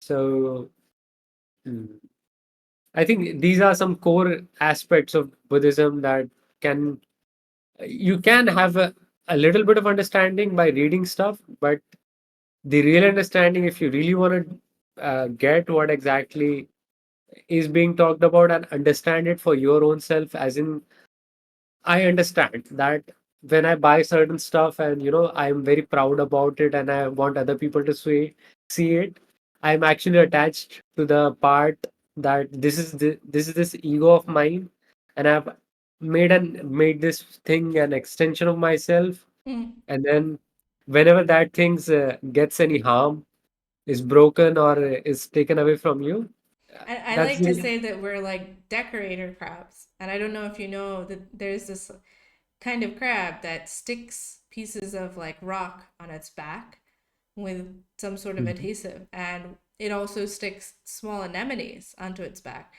And it walks around with these things stuck to it as protection. But we are also like decorator crabs. Like if something happened Mhm. to my stuff, I'd feel really sad, you know. And Mhm. my stuff is an extension of me. It is Yes. what I feel, right?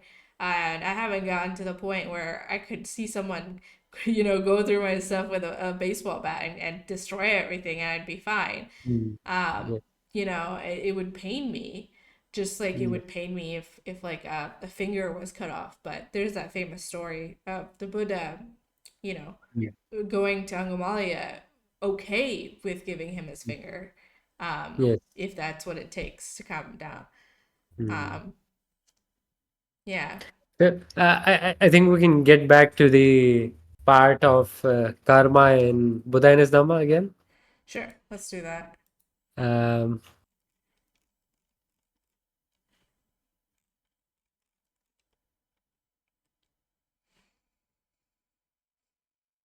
Did the Buddha believe in past karma having an effect on future life?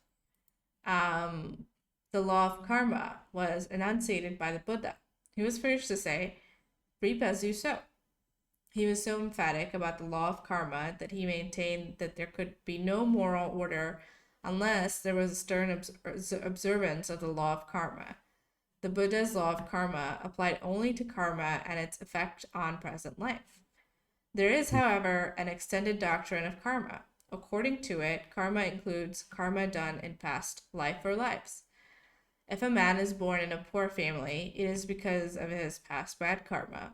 If a man is born in a rich family, it is because of his past good karma. If a man is born with a congenital defect, it is because of his past bad karma. This is a very pernicious doctrine, for in this interpretation of karma, okay.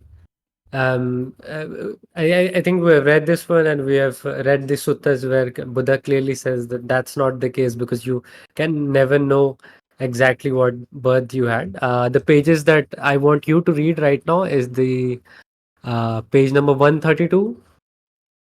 okay, I don't know if To believe we, that karma is an instrument of moral order, I guess. okay, which one was it? 132. 132.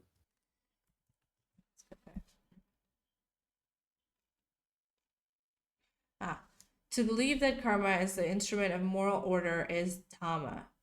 Yes. There is an order in the physical world. This is proved by the following phenomena. There is a certain order in the movements and actions of the starry bodies. There is a certain order by which seasons come and go in regular sequence.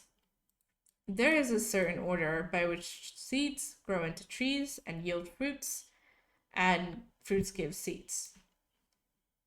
In Buddhist terminology, these are called niyamas, laws which produce an orderly sequence, such as Rutu niyama, and Rutu is in seasons, and Bija niyama. I don't know what Bija actually means. I think Rutu Bija is the means, seed. Seed. Bija means seed. Okay, Rutu means season, I think. Season, yes. Yeah. Similarly, there is a moral order in human society. How is it produced? How is it maintained?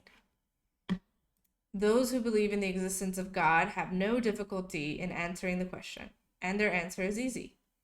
Moral order, they say, is maintained by divine dispensation. God created the world, and God is the supreme governor of the world. He is also the author of moral as well as of physical law. Moral law, according to them, is for man's good because it ensues from divine will. Man is bound to obey God, who is his maker, and it is obedience to God which maintains the moral order. Such is the argument in support of the view that moral order is maintained by divine dispensation. The explanation is no means satisfactory. For if the moral law has originated from God, and if God is the beginning and end of the moral order, and if man cannot escape from obeying God, why is there so much moral disorder in the world? What is the authority of the divine law? What is the hold of the divine law over the individual? These are pertinent questions, but to none of them is there any satisfactory answer from those who rely on divine dispensation as the basis for the moral order. To overcome these difficulties, the thesis has been somewhat modified. It is said, no doubt creation took effect at the command of God. It is also true that the cosmos entered upon its life by his will and by his discretion. It is also true that he imparted to the cosmos once for all the energy which served as the driving power of a stupendous mechanism. But God leaves it to nature to work itself out in obedience to the laws originally given by him. So, if the moral order fails to work out as expected by God, it is the fault of nature and not of God.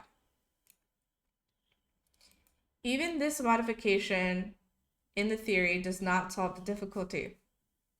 It only helps to exonerate God from his responsibility. For the question remains, why should God leave it to nature to execute his laws? What is the use of such an absentee God?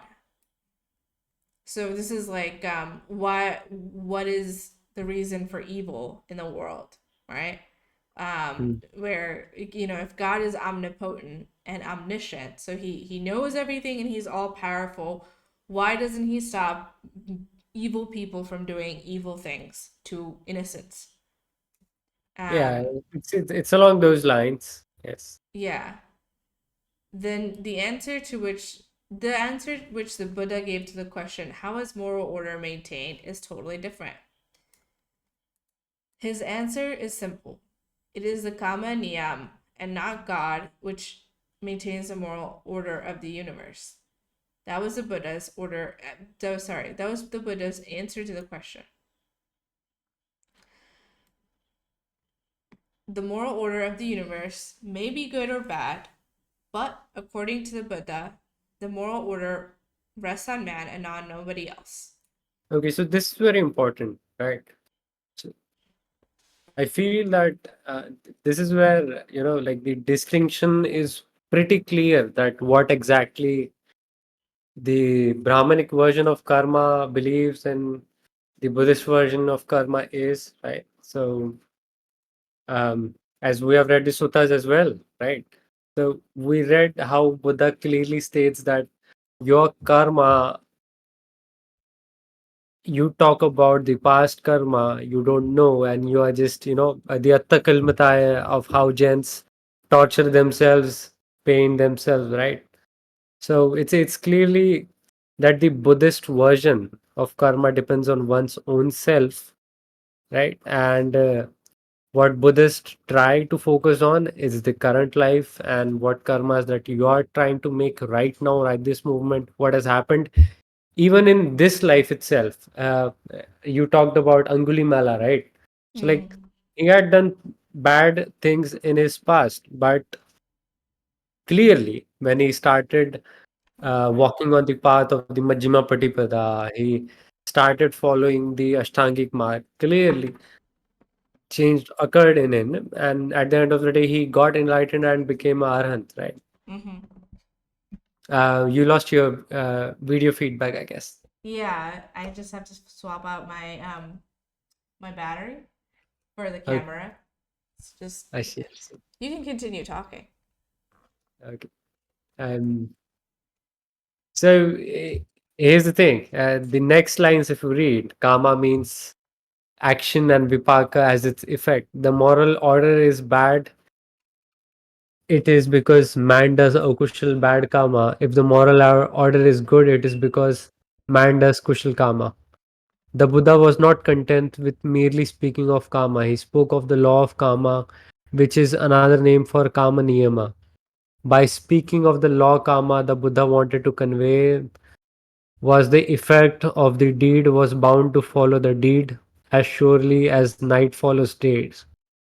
Hmm. It was like a niyama or a rule.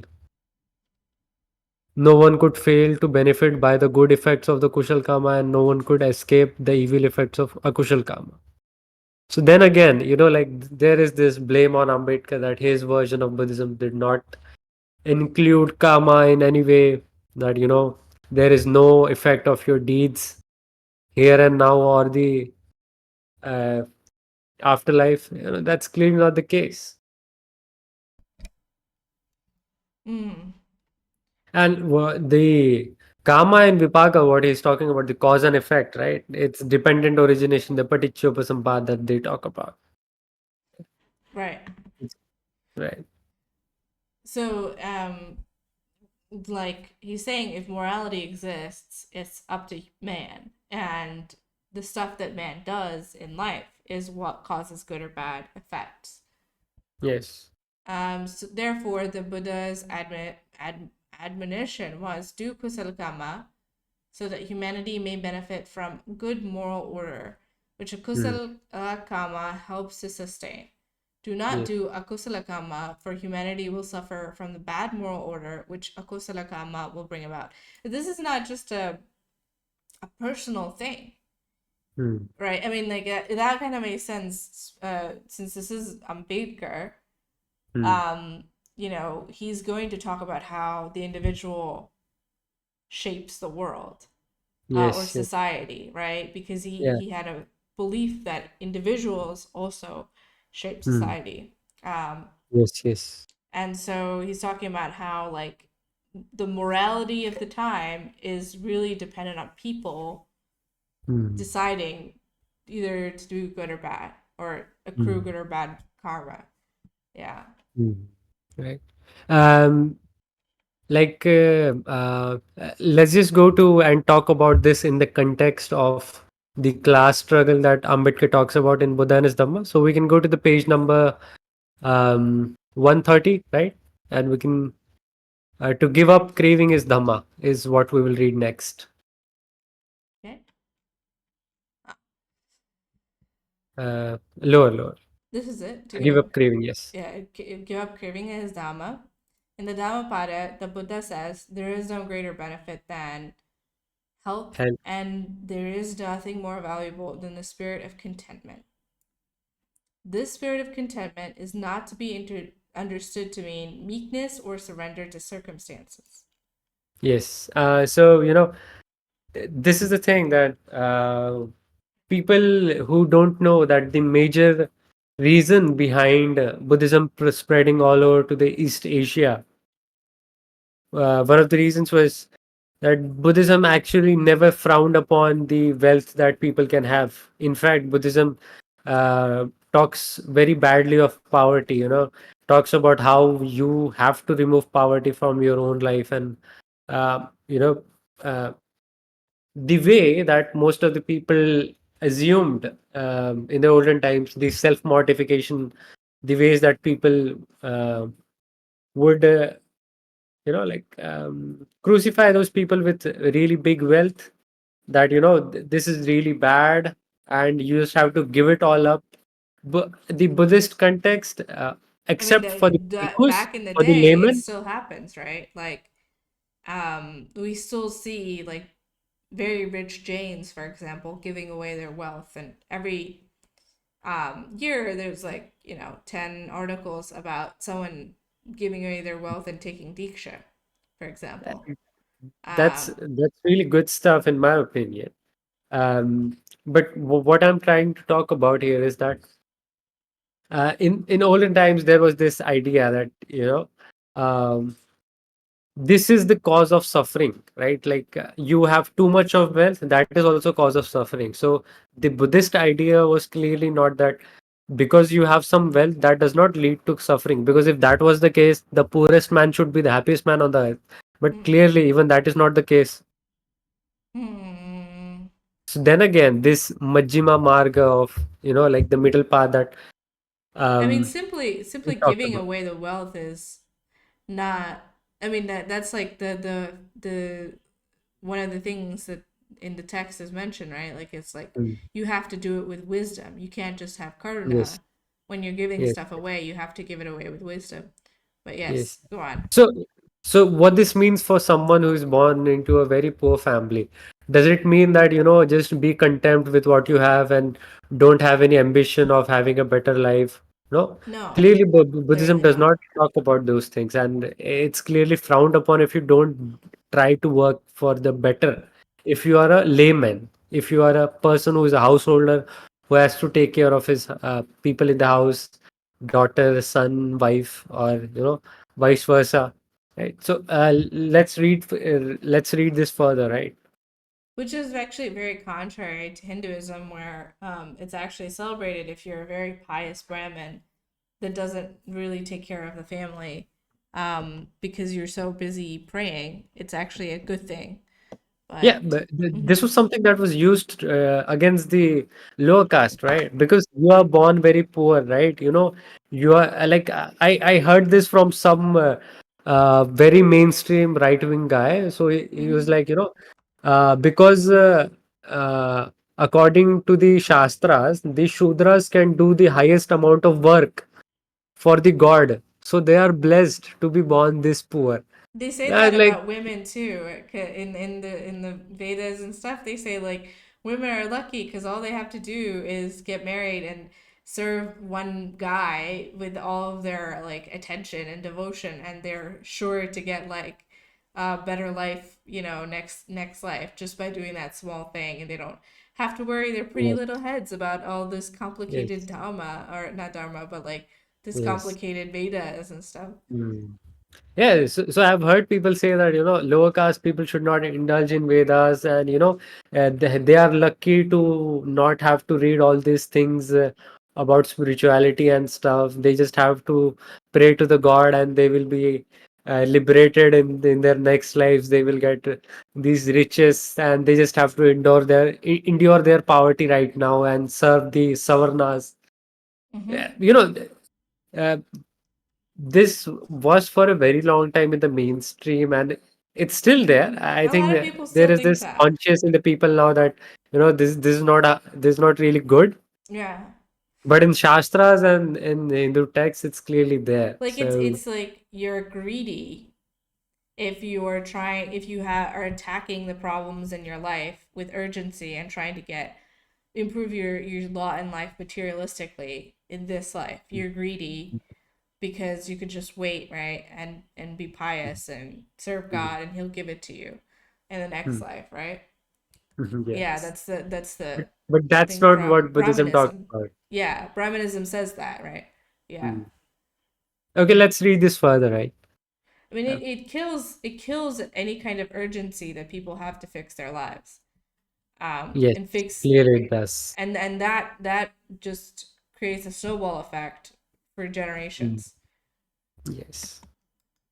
So it's Um, important for people to understand Buddhism because I've seen people who come to the podcast like some guy like Beer Biceps, um, except the one monk who came, like the Mahayana monk who came. He gave a nice explanation, but apart from that, every time he talks to some of the Brahmin guys who talk about Buddhism, they just spill out crap because their idea of Buddhism, when they read words like jati, when they read words like Brahmin, in the Pali context, the Brahmin word is being clearly used for the religious leaders who propagate their religion. So Maulana might be a Brahmin, mm, um, a pastor might be a father might be a Brahmin.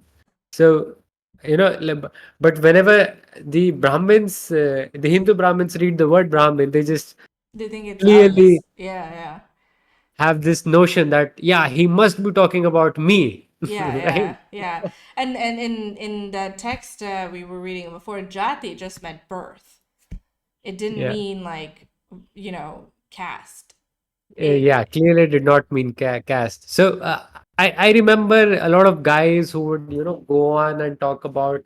There was this one sutta which is still very mainstream in the right wing, where they take that sutta and talk about how Buddha is very casteist.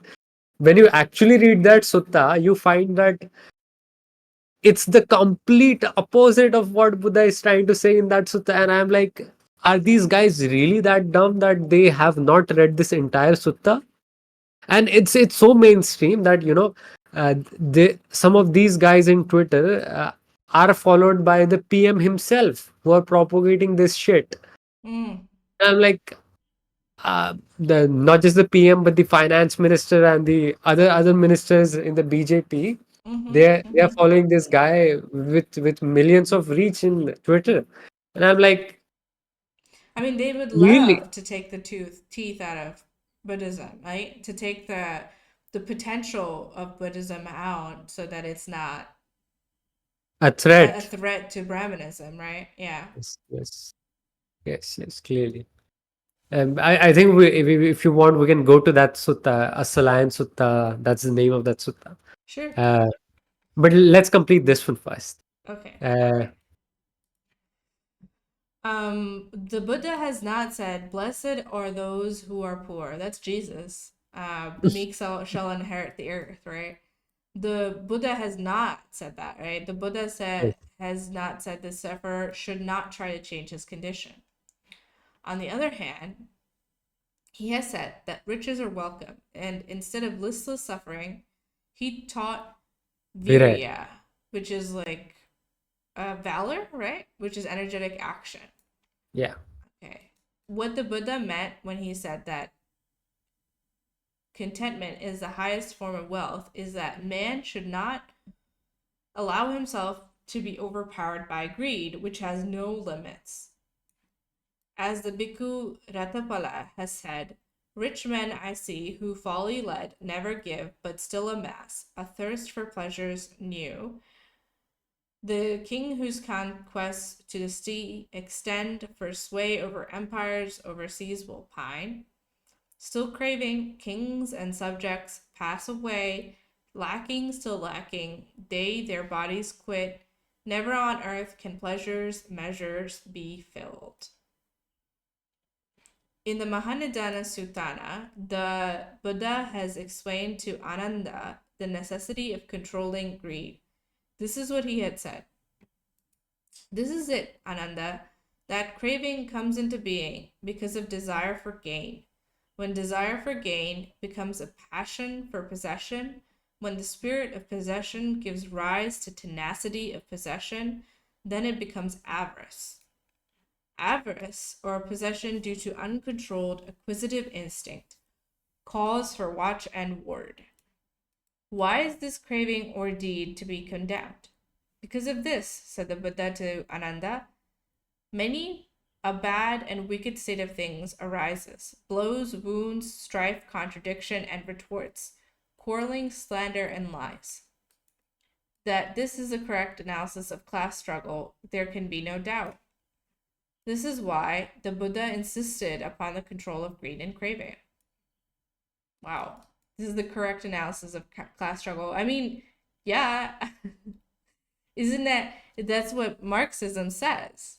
That Yes. like the capitalists are unfortunately locked into this death struggle against each other, and they're craving just unending hoarding of more and more and more and more, which is why they infiltrate all these nooks and crannies that are still not part of the capitalist system, like indigenous communities, like Mm, Adivasis who live in the forests in India that are not, incorporated into the system yet, and mm, they take their things. Why does Adani need forests in the middle of nowhere, and why mm, does he need even more mines, right?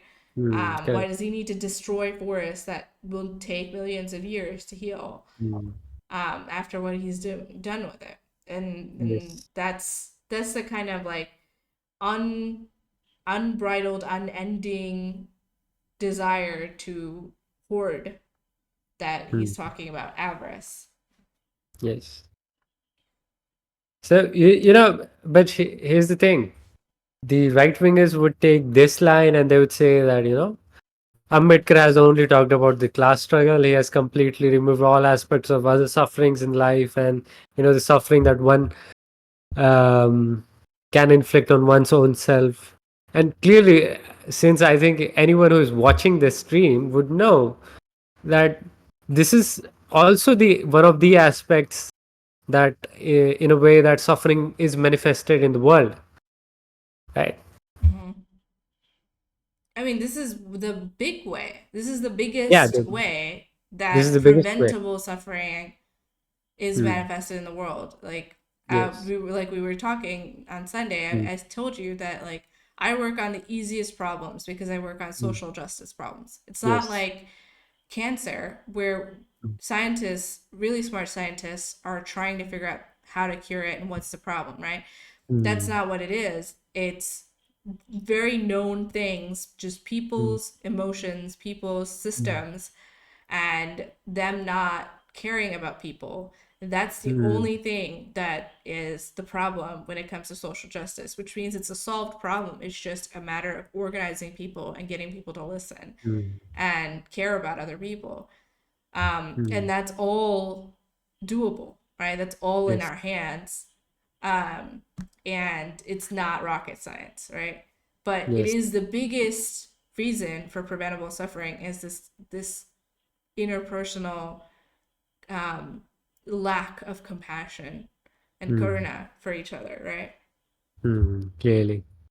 But what the point that I clearly wanted to make was the lens that the Indian um, media has, uh, you know, has made for reading this Ambedkar's literature, I feel is very selective. That they just choose these few sentences, few lines, few paragraphs, and they would be like, "Oh, this is the only thing that he's talking about."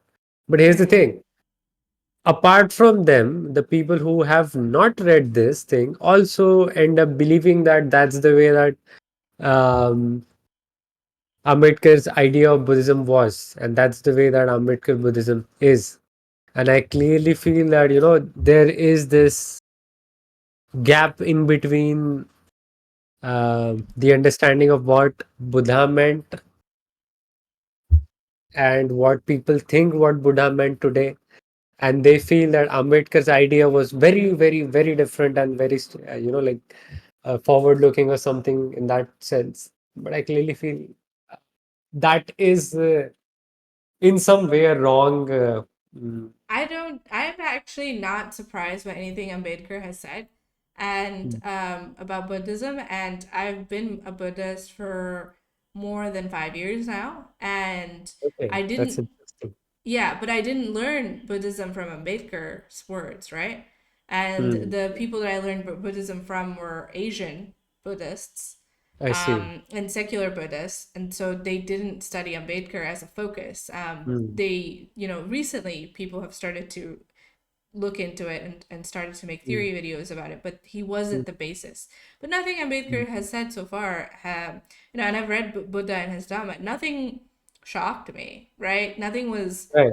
like different, this radically different from what I was taught in secular Buddhism. So Yes. yeah.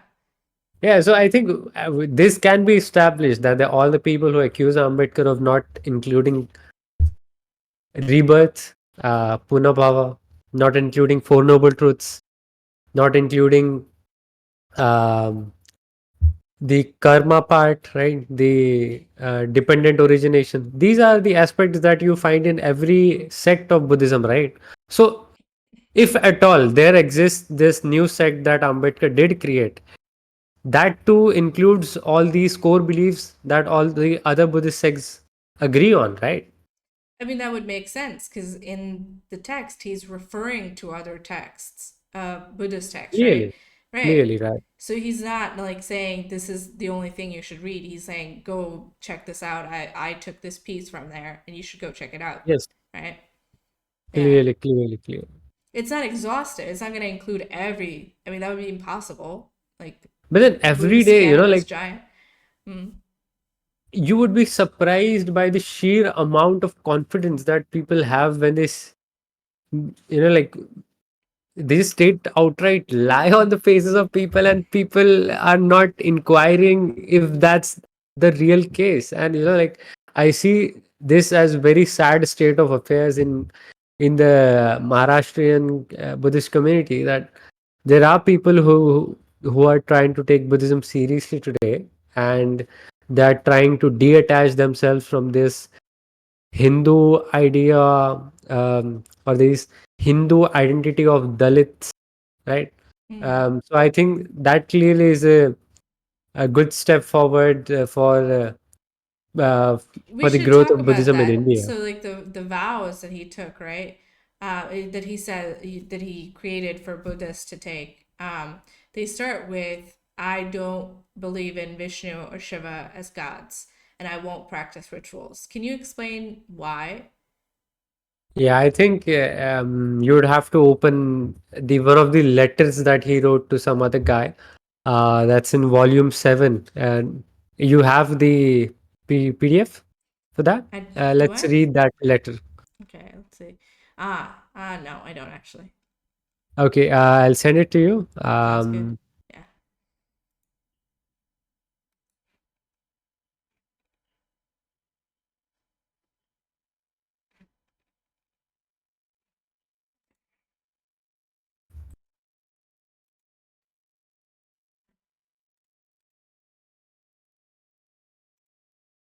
No, he looks dashing. I don't. I've uh, never seen this picture of him. Sorry, you guys can see it too, right? Yeah.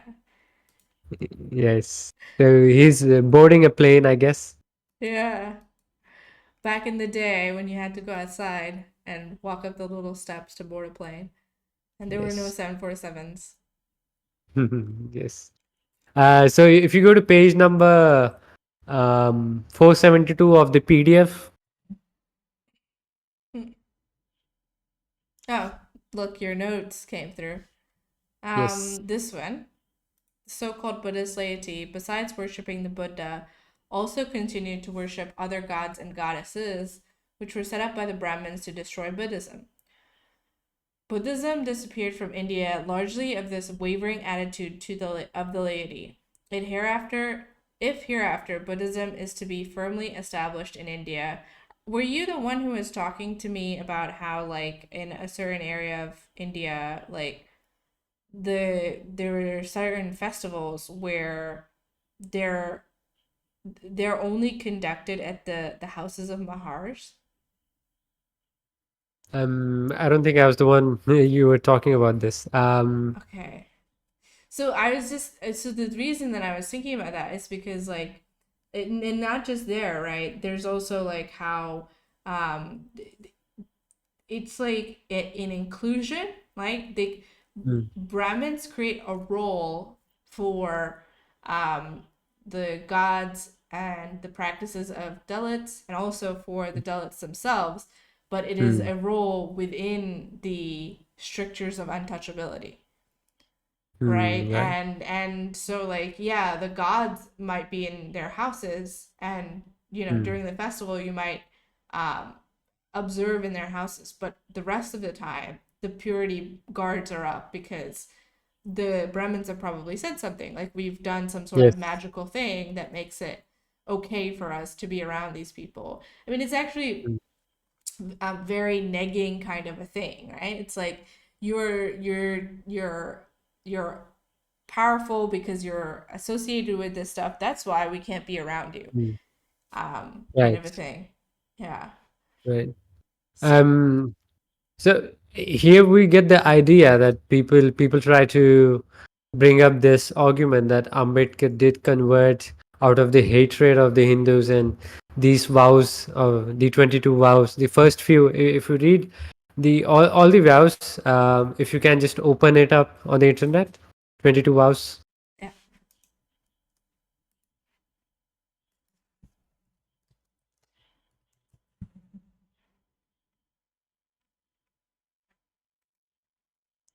I mean because it's like kind of an it's kind of like not a it's an abusive relationship that Yes. Dalits and everybody else. I mean, including Mm, uh, upper caste Hindu women have. It's a an abusive relationship with our yes. faith. Um, Like the way I see this is that people who are converting to Buddhism today, they clearly have to give up the old gods that they pray to, right? The first, I would say, the first eight, eight vows are about leaving everything that they were currently following, right? Everything that comes under from praying to gods, from the ritualistic part, from the pindadan and the other stuff, the other ceremonies performed Or by the Brahmins, purity, which is like the underpinning of like untouchability culture. Yeah. right?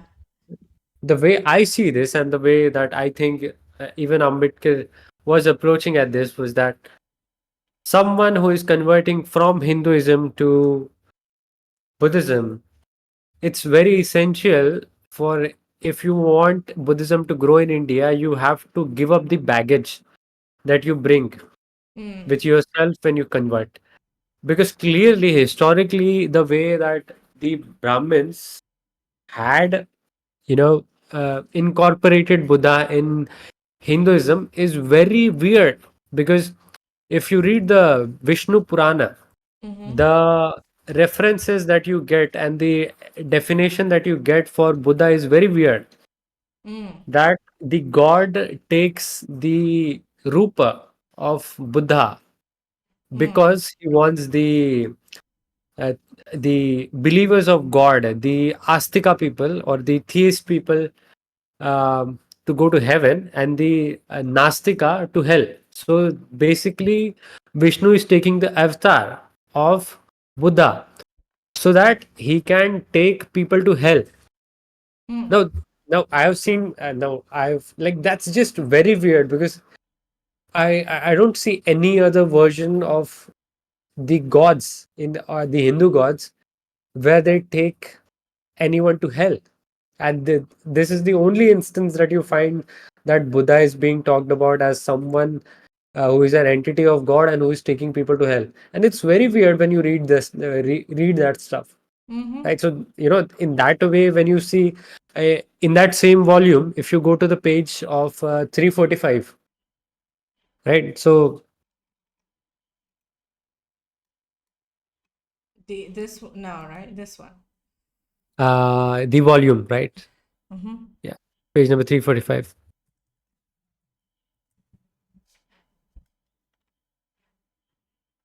Okay. In the center. I will hold on one sec. Buddhism. Says Dr. Ambedkar, swept the land as no physical conqueror has ever done in India's history. Within a few generations, almost the entire country, especially the masses and the trading classes, went over to Buddhism. Brahmanism was in the grip of mortal fear. In fact, it would have been wiped out had it not been for the shrewd adaptability of the Brahmins, who were prepared to throw overboard every social and religious institution which they had championed for centuries, on which they had flourished for ages. If only Brahmanism could be saved. What did the Brahmins do? The mass appeal of Buddhism. There were three cardinal teachings of Buddha that appealed to the masses: his gospel of social equality, his demand for the abolition of the Chaturvarna system, his doctrine of nonviolence, and his condemnation of elaborate religious ceremonies and sacrifices, which impoverished the Yes. masses and created among them a repugnance for religious ceremonies. The Brahmins of this period, according to Dr. Ambedkar, were far from being vegetarians. They were the most gluttonous meat eaters, sacrificing cows and other animals by thousands, presumably to pacify the gods, but really to pacify their own greed for meat. The truth behind Vedic sacrifices. The Brahmin demand for meat on such an unbounded scale impoverished the peasants, who had to find the cows for the sacrifices, and were consequently deprived of milk and its byproducts, which were their staple means of livelihood. The proof of the limits to which these blood sacrifices had been carried on can be found even to this day in the lurid descriptions of the ceremonials in the Vedas, which show but scant regard for any sort of humanitarian considerations. And so, when Buddha came out preaching abolition of animal sacrifices and religious ceremonials, the masses to whom the new doctrines appealed both economically and ethically eagerly accepted them and scrapped rabbinical teachings. How did Brahmanism save itself from the surging tide of Buddhism? It straightaway gave up all the sacrificial and ceremonial part of Hinduism. The cow that was slaughtered so far was to outbid Buddha, covered with the highest sanctity. The meat eating Brahmin became a strict vegetarian. Wine imbibing came to an end. Hinduism assumed a puritanical covering. So, like, this is where we can discuss a bit about the psychology. Um, so there was this study that I had read about the American phenomena of these hazings for the initiation into the frat groups. Mm-hmm.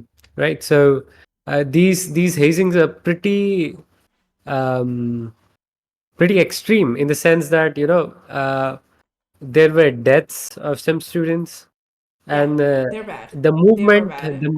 Yeah. the movement people tried to bring in some legislation.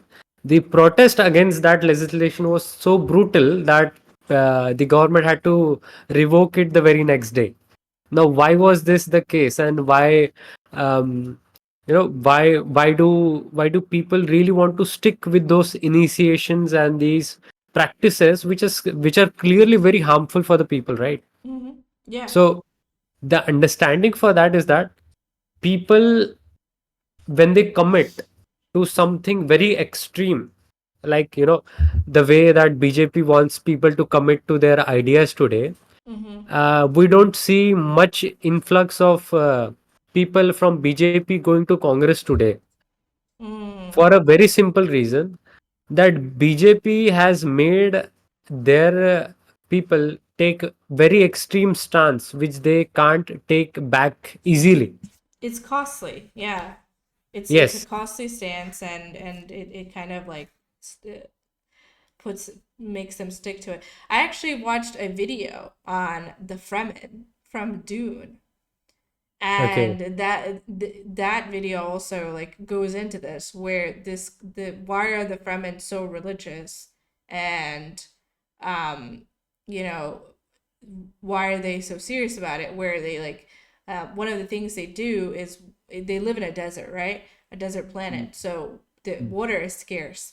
But what they mm, do when someone dies mm, is they take all the water from the body and put it into these pools, and they mm, have these giant vast pools. And one of the lines in Dune 2 is mm, from a Fremen, where he's like, mm. even if someone was dying of thirst, they would rather die before drinking water from this. Like, that's how deeply they believe this, right?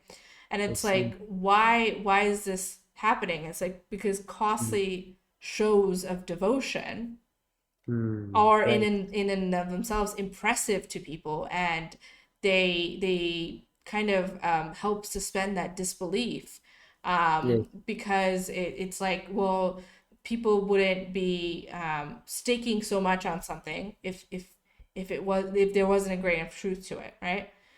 So Yes. it's like a spectacle which gives So people these more commitment that confidence. people Yeah. that this commitment that people do when they do this very extreme stuff, right? So Buddha was clearly preaching the Majjhima Patipada, where killing the animal and eating the animal is very different. Mm-hmm. There was a clear distinction between killing animals and eating animals. Um, Now, there are people who can debate on it and do various things, but I won't get into it right now. But just for an example, to give you the context, like for example, I am someone who has no land. Mm. I don't have any farms. The Me only neither. way that I get my food is through hunting, right? Oh, okay. Okay, sorry. It's the story. Okay, sorry. Go ahead. The only way that I get my food is through hunting. So I am basically poor. I have no land. I have no money to buy grains from the market and other stuff. So the only thing that I do is I hunt and I eat the meat. I mean, that's like a lot of communities in India, like fishing communities. Back then, it was the case. Yes. I mean, even today, like fishing Even communities today, yes. are, Yes. yeah. Fishing communities mainly depend on the fish that they hunt and they eat those things. And I wouldn't just say that the fishing communities, the chamars of UP, some of them still do the um, the work with the beefs, right? Mm-hmm. The the skinning of the cows and other Yeah, stuff, and cows, they right. yes I mean, they're they still necessary. Otherwise, like when, when they refused to do the job because mm, they were being abused in the last right. couple of years, like the carcasses just piled up and caused like disease to spread. Someone Yes. needs to take care of these bodies. So Yeah. so this was an idea put by Devdatta, the brother of Siddhartha Gautama Buddha, while he was in the Sangha, that bhikshus should never eat meat. So the Buddha clearly denied his request that that should be a rule in the Sangha or in the Vinaya. He Mm-hmm. clearly said that this can't be a rule.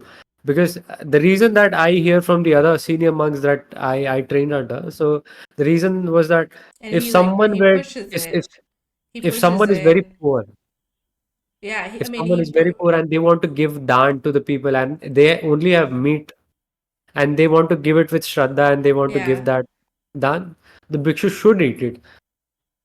Right. Yeah, no, they should eat it. And that's what Devadatta was against it and tried to create a rule against Yeah. meat eating. And he even tried to depose the Mm, Buddha to try mm, to make his rule like followed, right? And yes. he meets a bad end because of it. And the Buddha recounts the tale as somebody who, um, was trying to put his views on other people without them actually Clearly, being what about. Devdatta was trying to do then was that trying to disrupt and trying to take people away from the middle path and try to go towards the extremes. Buddha Mm-hmm. clearly saw that for what that was. Mm-hmm. Right. So that's how, because like I saw that even Swami Vivekananda has wrote quite extensively on how the Brahmins practiced eating meat of specifically the cows and how those sacrificial practices took place. And it's very surprising that many Hindus don't know that Swami Vivekananda did wrote about this. Have you read about it? No, I actually haven't read much of Swami Vivekananda. I Yeah, mean, he has extensively read about this. How Buddhism, how Hinduism took over Buddhism, and how they uh, they gave it their own touch and redecorated in the way that we seemed fit, and how we mm-hmm. took over their monasteries and stuff. Um, and when he spoke about Buddha's greatest contribution to Hinduism, which was um, the stopping of the sacrifices of cows for the rituals to please the gods. Mm. Mm-hmm. Right. Right. Someone in So, chat said something. One sec. Yeah, it says Vishnu took the avatar of Buddha. The main purpose of this incarnation was to destroy certain demons who had managed to learn Vedic rites and asceticism. So to misguide them and make way for Vedas, the Buddha incarnated. That's mm, insulting. That's wild. It's terrible. Wow. Okay. yes. So in the recent times, I've seen um, It's not the even English like version. wild, but it's not even insulting. It's like leading people astray from an idea that might actually help them, right? Yes, And saying, yes, yes, yeah, clearly. wow, okay. The way that the Vishnu Puran mentions, I've seen this trend, except the ISKCON and the few other prominent people, the institutions who print the text of Vishnu Purana, every other website you go, they have they will not have the Sanskrit version of the text. They will just put up the English version and not the Sanskrit version. And recently, I saw this increase a lot. And a few years ago, when I used to search Google, do the Google search on Vishnu Puran, I would just get the Sanskrit versions from ISKCON or other institutions, and which was very clear that the Buddhist way will take you to hell, and it will take the Gnostics to hell. So you should not follow the Buddha. Mm-hmm. Ridiculous. And I've seen this attempt of people trying to, water it down and try to uh, rephrase what exactly Buddha meant in that sense. The Buddha that is being mentioned here is different and other stuff. But anyone who can read that will see that this is a very pathetic attempt at trying to, you know, accommodate Buddha again in the Hindu fold. And it's trying to tame Buddha so that it's not a threat, right? It's trying to, it's destroying Buddhism by Yes, just keeping this superficial. And that reminds me of something something we see modern politicians do, right? With Ambedkar, where they put up his statues, but they don't publish his writings, and they don't actually yes, discuss the writings in depth, right? Um, clearly, clearly. yeah, and actually was mentioned in one of these books that I was reading, like the Deliberate Truth, where a certain party purposefully Hmm. um, delayed the publication of the of the Volumes. annihilation of caste, yeah, and other Yes, volumes, right? What, yes, but they moved ahead the building of the statues. So yes, yes. taking on the icons and the symbols without actually the, and actually it happens to Buddhism too in the West, because like the reason that I came across Buddhism was years ago. They were doing mindfulness meditation courses Hmm. at a corporation that I worked at, right?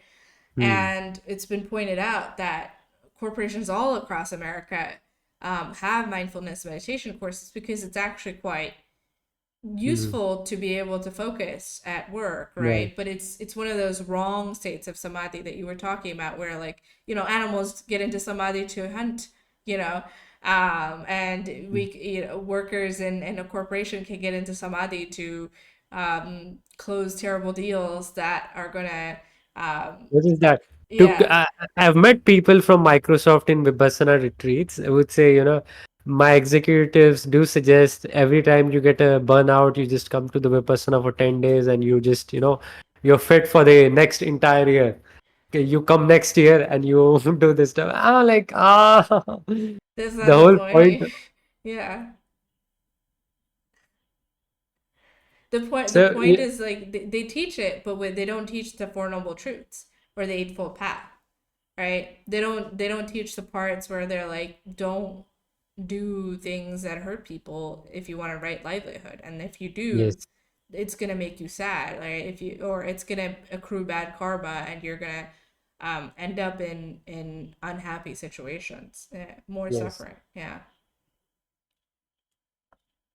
Uh, this appropriation of mindfulness meditation in West, yeah, don't get me wrong, but I think it's very problematic. I see a lot of people in the West, No, I agree um, with you. I, they just they just completely deny this authority of the Sangha, because clearly every time when someone has to convert or someone has to initiate themselves into the Sangha, they do bow to the Buddha, the Dhamma, and the Sangha. The Sangha is clearly the Bhikshu Sangha and the Bhikshuni Sangha. And clearly the monastic order has a place in this Buddha Shasana. If you have ever heard about it, mm-hmm. I don't know. Yeah. Um, so in the West, I see people who have their own interpretations, who have this, I come across people who it's just, weed, and this hippie version of Buddhism is there in the West. Right. And I feel that is very popular. It's very popular out there.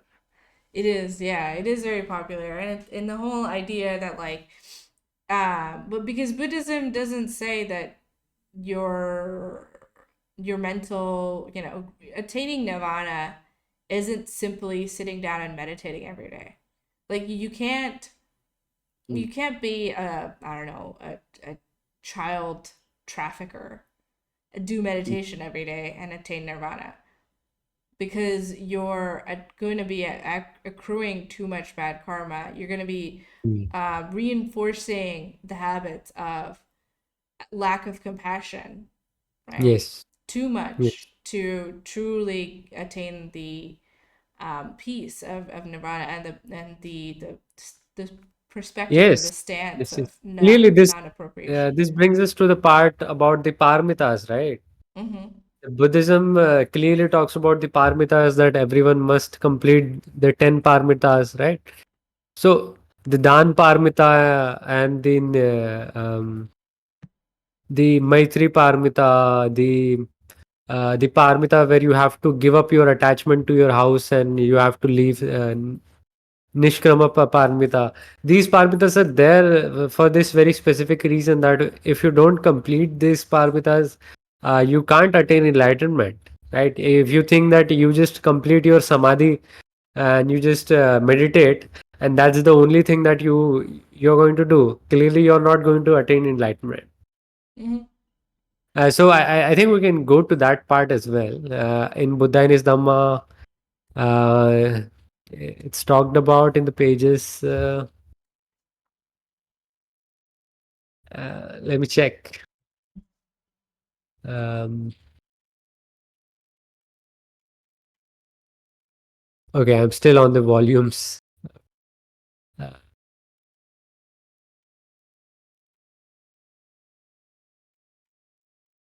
the Do you want to look at Dhamma and morality? yes, clearly we can go there as well. We can go there as well. Okay. Dhamma and morality. What is the place of morality in Dhamma? The simple answer is morality is Dhamma. One sec. Let me just make sure everything's, yeah. Morality is Dhamma, and Dhamma is morality.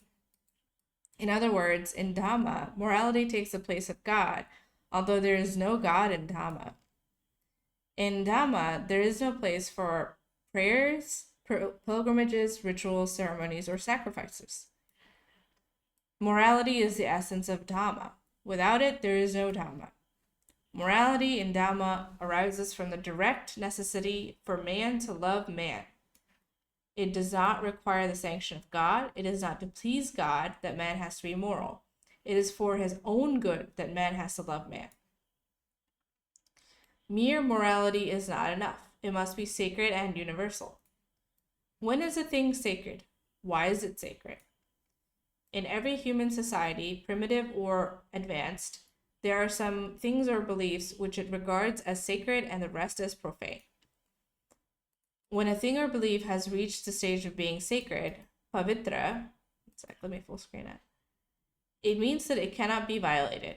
Indeed, it cannot be touched. It is taboo. Contrary to this, a thing or belief which is profane, apavitra, i.e., outside the field of the sacred, may be violated. It means one can act contrary to it without feeling any fear or qualms of conscience. Sacred is something holy. To transgress it is a sacrilege. Why is a thing made sacred? To confine the scope of this question to the matter at hand. Why morality should have been made sacred? Three factors seem to have played their part in making morality sacred. The first social factor is the social need for protecting the best. The background of this question lies embedded in what is called the struggle of existence and the survival of the fittest. This arises out of the theory of evolution. It is common knowledge that evolution takes place through a struggle for existence because the means of food supply in early times were so limited. The struggle is bitter. Nature is said to be red in claw and tooth. In this struggle, which is bitter and bloody, only the fittest survive. Such is the original state of society. In the course of ancient past, someone must have raised the question: is the fittest, the strongest, the best? Would not the weakest, if protected, be ultimately the best for advancing the ends and aims of society? Then the prevailing state of society seemed to have given an answer in the affirmative.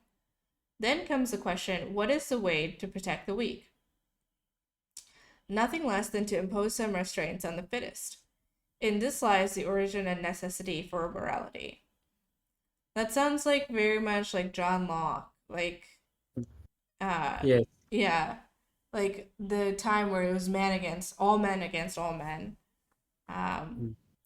this morality had to be sacred because it was imposed originally on the fittest, the strongest. This has very serious consequences. First, does morality in becoming social become antisocial?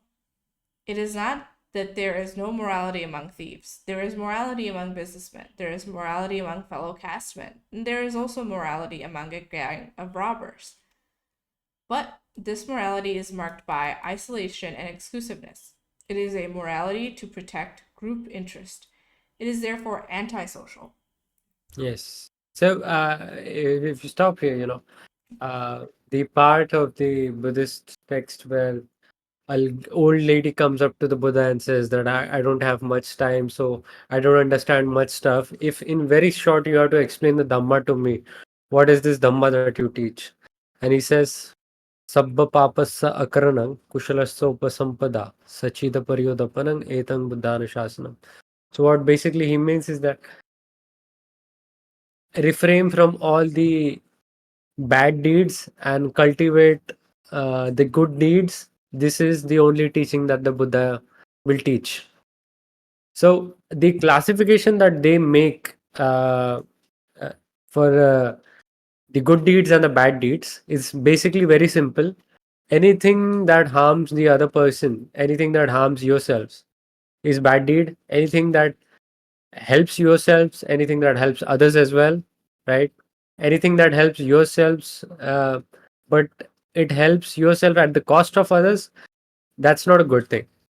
So the Mm, classification is very clear on that part as well.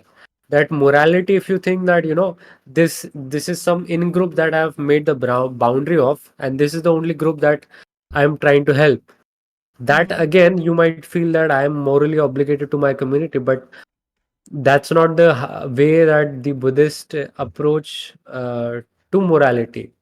Even for the people who don't believe in Buddha, even for the people who hate Buddha, even for the people who don't agree that the Buddha is an enlightened person, mm, even for those people, having morality, having compassion for them is also essential for you to be a good Buddhist, mm-hmm. right? Right. Because the feelings of territoriality and aggression, they are going to be an obstacle for your Yes, enlightenment. because you attach yourself to this ego, and then um, you want to extend this ego with these other stuff, Mm-hmm. that this is my society, this is my community, this Mm-hmm. is my car, this is my son who is This a is my cast. This is my capitalist. label. If anyone, yeah. Mm-hmm. If anyone, like a lot of Brahmins, right? Because Yes. I know from my family, we can't. I can't. I have a hard time talking to them about our privilege because as but and that's the thing, like it's a mixed bag of if they benefited or not, right? Especially the women Mm, didn't. I mean, I think their lives would have been better if they weren't Brahmins. Or in a world without casteism, everybody's lives would be better. But mm, it's as soon as we start talking about it, and as soon as that word comes up, mm. they're defensive, Yes. and it's like I'm approaching their hand with a hot Mm. poker, and they don't want to be touched by it because yeah, they're protective over it. They feel like Yeah. it's a part of them. Yeah, territorial over it. So, like, clearly we see a different version of morality than the common Brahmanical version of morality that existed in that time. right? Yeah, for sure. Because I mean, in we can go into the ahimsa part where he talks about how like Jains wanted you to cultivate the will not to kill, Yes. and Brahmins Brahmins cultivated the will to kill. And will he to this kill. it's and Buddha's cultivated the wish not to kill, because if you love everybody and every Love animal, all. yeah, you don't want to. If you love all, you won't want to kill people or Yes. animals, right? But like the going back to the Brahmin part where it's like the will to kill is like the first chapter of the Bhagavad Gita, where Arjuna is like, why should I kill my uncles and my cousins and my teachers? They're great men and warriors, and they grew up, Mm, I grew up with them, and they taught me, and I'd rather die than to kill them. mm. And Krishna's answer is, if you don't kill them, if you don't do your duty as, your Dhamma as, not Kshatriya, Dhamma, but like a Dharma as a Dharma, Kshatriya, Kshatriya. the caste order will break down, and yeah, the mixing of the caste will happen, and the end of human society will collapse if you do that, right? Yep. And then he goes into how like Arjuna's not really actually killing them. He's already, like, the Paramatman has already decided that this was going to happen. Arjuna is merely the arrow that the Yes. Paramatma has loosed upon these people, and to kill them. And Arjuna is just a tool for God Mm, to make what he thinks needs to happen, right? And so it both creates a justification for killing, but also like it gives people a lack of responsibility. It gives them a story that says you're mm, not responsible anyway. This is all preordained. It was supposed to happen. That's why you're doing it. And so it kind of gives them a way to soothe a guilty conscience afterwards. right. And that guilty conscience is natural. I think it's like we Mm. can observe it in other apes and monkeys and other social creatures, Yeah, where clearly. it hurts us to be Mm, immoral to other people, because it's a painful thing, because yes, instinctively we know that it's not good for the group, and what's not good for the group is not good for us. yes.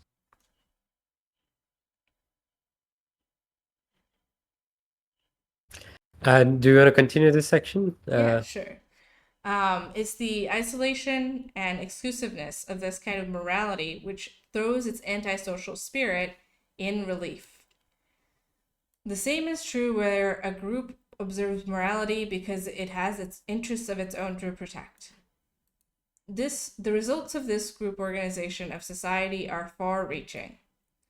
If society continues to consist of antisocial groups, society will remain a disorganized and factional society. The danger of a disorganized and factional state of society is that it sets up a number of different models and standards. In the absence of common models and common standards, society cannot be harmonious and whole. With such different models and standards, it is impossible for the individual to attain consistency of mind. A society which rests upon the supremacy of one group over another, irrespective of its rational or proportionate claims, inevitably leads to conflict. The Mm, only way to put a stop to conflict is to have common rules of morality which are sacred to all. There is a third factor which requires morality to be made sacred and universal. It is to safeguard the growth of the individual. Under the struggle for existence or under group rule, the interests of the individuals are not safe. The group setup prevents an individual from acquiring consistency of mind, which is possible only when society has common ideals, common models.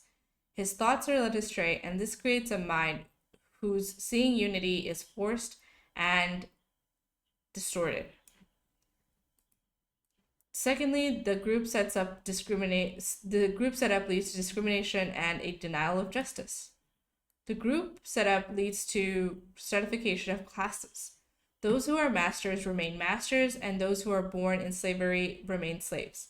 Owners remain owners, and workers remain workers. The privileged remain privileged, and the serfs remain serfs.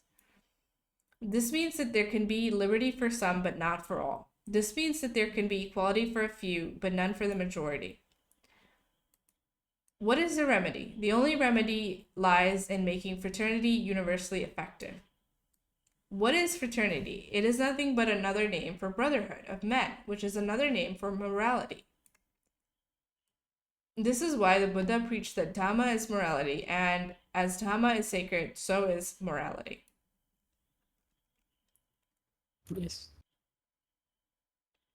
So going back to like the interesting parts is where he starts talking about how the individual's personality Hmm. is subordinated to the group's interest, and the group forms a very confused being Hmm. that doesn't really have a unity of thought and does not have really consistency in how they think through moral problems, and Hmm. instead is more likely to be influenced by the group, right? And that's very Ambedkar to say that, Yeah. because he thought that the worst thing in the world is like the cramp, the stunting of a personality as a result of this caste based group thing.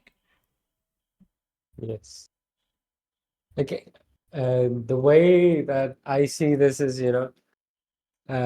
he acknowledging the part that most religious people would not talk about is that, there are these sufferings out there that are man-made, and these sufferings that we have created some systems where we grow and provide manure, provide fertile ground for this suffering to even grow further. Mm-hmm. This we as society have collectively let it happen for ages.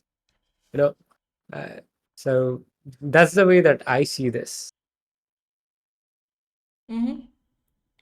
Yeah, yeah, because of these antisocial groups, it's Yes. like the play, where people don't all follow the same rules for thee, not for me kind of thing, and certain people can act with impunity. That creates a situation where morality is not universal, and bad Mm. morality can thrive.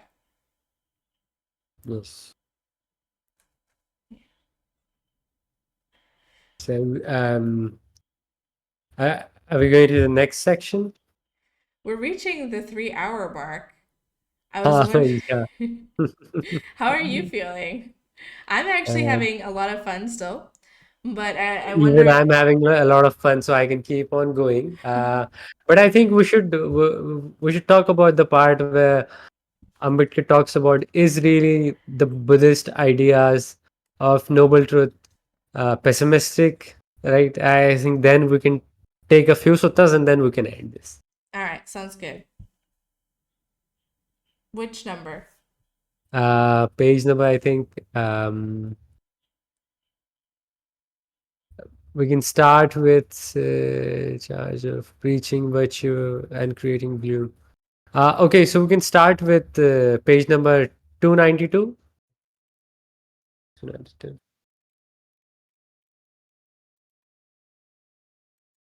Okay. So yeah, charge of preaching virtue and creating gloom. Okay. So Kapila is the guy who used to teach the Shakya philosophy, right? Okay. So he's the guy who would teach that there is dukkha in the world. Mm-hmm. But the problem with him was that he would not teach how to remove suffering. He would just say that there is suffering and that's it. So that is in a sense very pessimistic, I would say. Yeah, Mm-hmm. we can start this.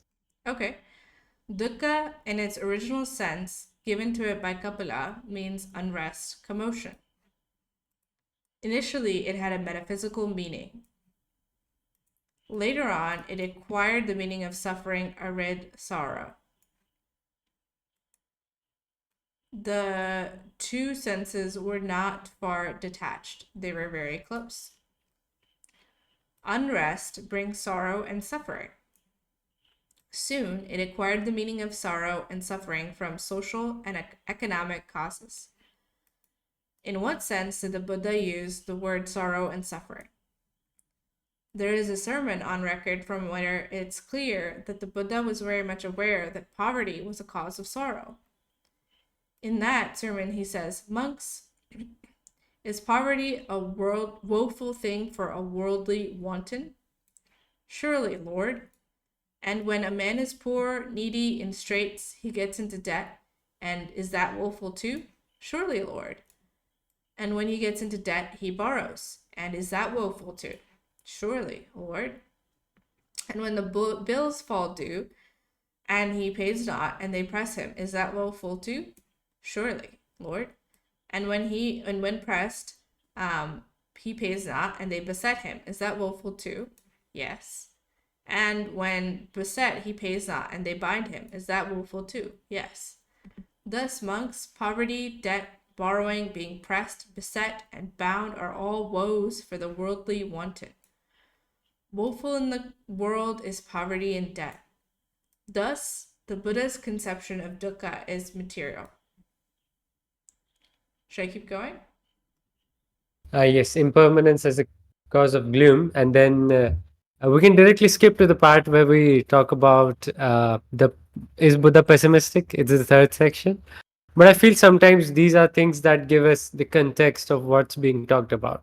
I think let's Uh, go into maybe impermanence, right? Like yes. may see another ground for this accusation arises from the doctrine that everything which is compound is impermanent. Nobody questions the truth of the doctrine. See, this is the kind of stuff that I when I read this, I'm like, yeah, like Ambedkar obviously did not intend for this to be the only source that you would have for Buddhism, because he just says the word, right? But you'd Mm, have to right. read the Buddhist text to understand that this is from like dependent Yes. origination. Yes. Yes. Correct. Ah.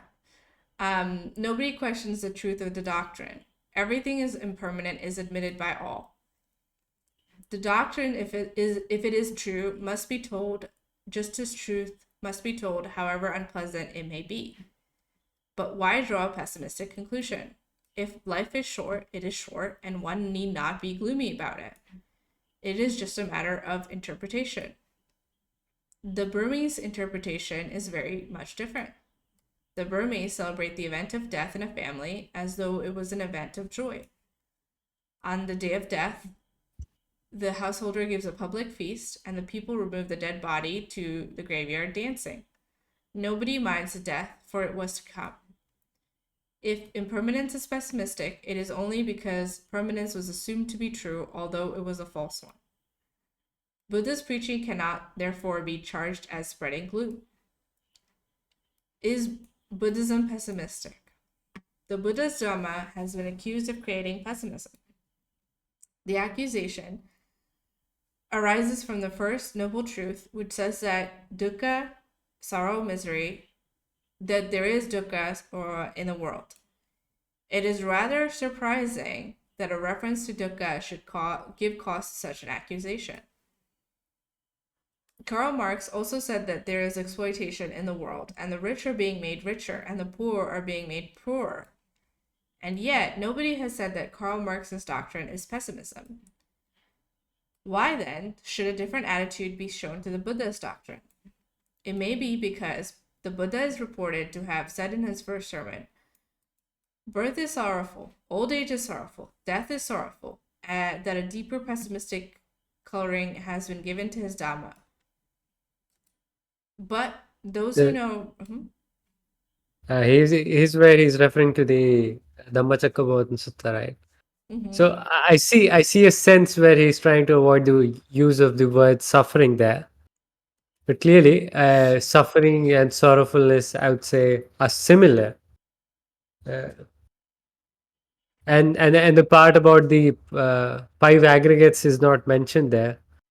But then again, this is something that people should refer to. That where exactly is Buddha saying to?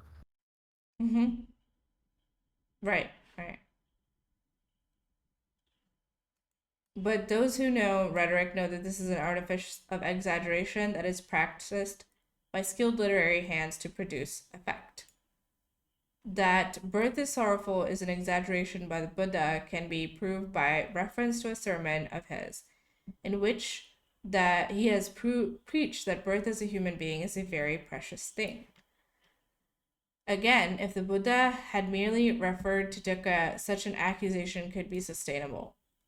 But the Buddha's second noble truth emphasizes that dukkha must be removed. In order to emphasize the duty of removal of dukkha, he spoke of the existence of dukkha. To the removal of dukkha, the Buddha attached great importance. It is because he found that Kapila merely stated that there was dukkha and nothing more about it that he felt satisfied, and left the ashram of Muni Alara Kala. How can this Dharma be called pessimistic? Surely, a teacher who is anxious to remove dukkha cannot be charged with pessimism. I mean, a lot of Buddhism says that the reason that you are sad is because your expectations are not grounded in right understanding, Yes. right view. The general terms in the sense that suffering is majorly used in the Buddhist text is actually you being dissatisfied with your current conditions. Right, right. Yes. And being in that state of seeking to change the Yes. conditions. Yes. Yeah. Okay. So I think that this was a very fun conversation between both of us. Uh, um, do we end the reading for the Buddha and his Dhamma here, and we start reading of just one sutta, Sure. and then we can end it? Yeah. Let's do it. Um, okay. What's the next one? The Asalayan Sutta. So this is the sutta which is prominently used among the right-wing ecosystems for defaming or trying to paint Buddha as casteist.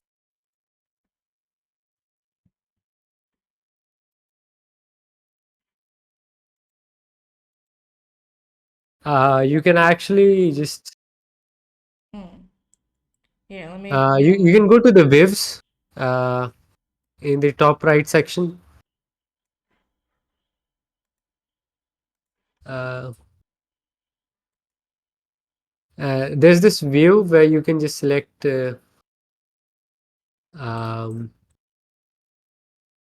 uh, view root text with the translation, right?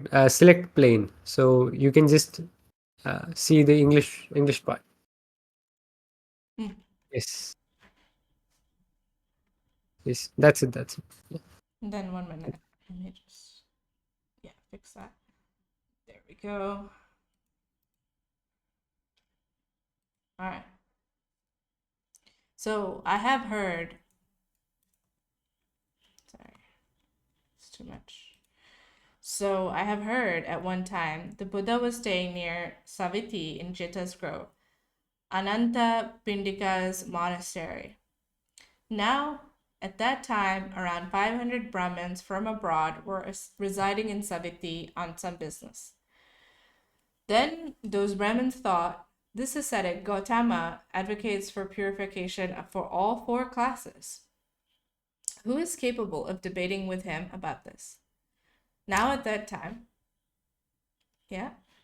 So the first thing, the purification for all the four classes was proposed by Buddha, and the Brahmins did not like it. And Mm-hmm. this is where the sutta starts, right? Mm-hmm. But this is the sutta that the right wingers use for uh, painting Buddha as casteist. So this is very weird in that sense that how could one just miss the initial lines and just skip to that part, right? Right. Um, so I think we can skip a few lines here and there, and I'll just give you the context here. So Asalayan is this guy who is considered to be very knowledgeable by these Brahmins, and the Brahmins say, "Oh, you know what, you are very capable man, and you should go and you should debate with this Gautama who advocates for the purification for all the four classes." Mm-hmm. So so.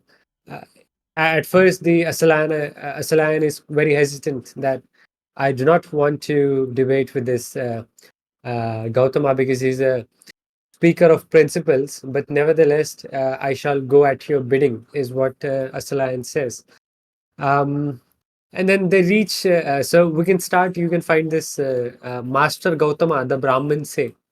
Mr. Gautama, the Brahmins Yes. say only Brahmins are the best class. Other classes are inferior. Only Brahmins are the light class. Other classes are dark. Only Brahmins are purified, not others. Only Brahmins are Brahma's true-born sons, born from his mouth, born of Brahma, created by Brahma, heirs of Brahma. What do you say about this? But Asalaya, Brahmin women are seen menstruating, being pregnant, giving birth, and breastfeeding. Yet, though they are born from a Brahmin womb, they say only Brahmins are the best class. Other classes are inferior. Only Brahmins are the light class. Other classes are dark. Only Brahmins are purified, not others. Only Brahmins are Brahma's true-born son, born from his mouth, born of Brahma, created by Brahma, heirs of Brahma.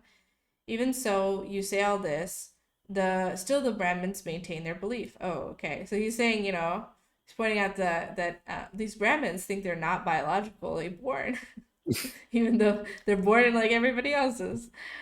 Uh, what do Yeah, you? so it's pretty evident that when you read this, when he's talking about like this idea of this Brahma figure in Buddhism, there is this Brahma, but then this Brahma in Hinduism is like the ultimate God who has created everything, is the creator of this world and universe. And because we are born out, we are the descendants of his mouth. Mm-hmm. We are the higher born, and you are born out of his legs, so you are the lower born. Like Buddha is very clear that you are born out of the womb of your mothers who are Brahmins. So how do you say that you are the child of the Brahma? Right. Right. Right. And Yeah. then this next part is very interesting. What do you think? What do you think, Asalayana? Have you heard that in Greece and Persia and other foreign lands, there are only two classes, masters and bonded servants, and that masters may become servants and servants masters? Yes, I have heard of that. Then, what is the source of the Brahmin certainty and forcefulness of this matter that they make this claim? That's very interestingly cosmopolitan, where he's bringing up Greece and Persia. Like, interesting. Like, I've never heard of a Hindu text bringing up, like, anywhere outside of India, really. Yeah, that's actually really surprising. Yes. Um, then, what is the source of the Brahmin certainty and forcefulness in this matter that they make this claim? Even though you say this, still the Brahmins maintain their belief. What do you think, Asalayana? Suppose an So aristocrat. Mhm. I think we can skip this part because he's just talking about if someone does the same deed, do they get the same repercussions and the same punishments? And clearly they say yes. And then it's the similar way that he'll explain in the further text as well, right? Yeah, he continues He's listing like other questioning what is this? sins. What is the source of your belief that Brahmins are the higher born? What is this source of belief? Yeah, He then keeps on hammering that point. then what is the source of if you think that despite if you're born like a king or something, a king or a Brahmin, you'll get the same like consequences for Yes. sinning, then what Yes. is the source of belief of the Brahmin certainty and forcefulness in this matter that they make this claim? Hmm. And then what do you That's think, right. Esalina? Is only a Brahmin capable of developing a heart of love, free of enmity and ill will for this region, and not an aristocrat, peasant, or menial? No, Mr. Gautama, aristocrats, Brahmins, peasants, and menials can all do so, for all four classes are capable of developing a heart of love, free of enmity and ill will for this region. Then what is the source of the Brahmin certainty and forcefulness in this matter that they make this claim? Even though you say this, still the Brahmins maintain their belief. Is only a Brahmin capable of taking some bathing cleanser, going to the river, and washing off dust and dirt, and not an aristocrat, peasant, or menial? No, everybody is capable of doing this. Hmm. Then why are they so sure? And that happens again. And then say, oh, this one is interesting. Suppose an anointed aristocratic king were to gather 100 people of various births and say to them, please, gentlemen, let anyone who was born in a family of aristocrats, Brahmins, or chieftains take a drill stick made of teak, sal, frankincense, wood, sandalwood, or cherry wood, light a fire, and produce heat. And let anyone here who was born in a family of corpse workers, hunters, bamboo workers, chariot makers, or scavengers take a drill stick made from a dog's drinking trout, a pig's drinking trough, and a dustbin or castor oil wood, light a fire and produce heat. What do you think, Esselina? Would only the fire produced by the high class people with good quality wood have flames, color, and radiance and be usable as fire, and not the fire produced by the low class people with poor quality wood? No. The fire produced by the high class people with good quality wood would have flames, color, and radiance and be usable as fire, and so would the fire produced by the low class people with poor quality wood. For all fire has flames, color, radiance, and is usable as fire. Um, so why are the Brahmins so sure? And so it keeps going. Yeah. Um, So that's the basic. And, the right wingers take this one context where he's saying, and still Brahmins say that they are highborn, highborn. And so, they just cut out the rest of the suttas and they just post this part. Okay, so Buddha is saying this. And sadly, I've seen some people try to go and search for these specific keywords, right? mhm. So when you read these very specific keywords, you get the sense that Buddha is preaching this. Right, right. But if If you you read don't, it into entirety, it's like the Buddha's making very good points, but the person who's debating is like, yeah, but they won't accept those points, and they still think that. That's all he's saying. It's yes. like, yeah, they reject your very good points is basically what he's saying So over and this at over. the end of the day becomes a very big problem for the people who are Buddhist today.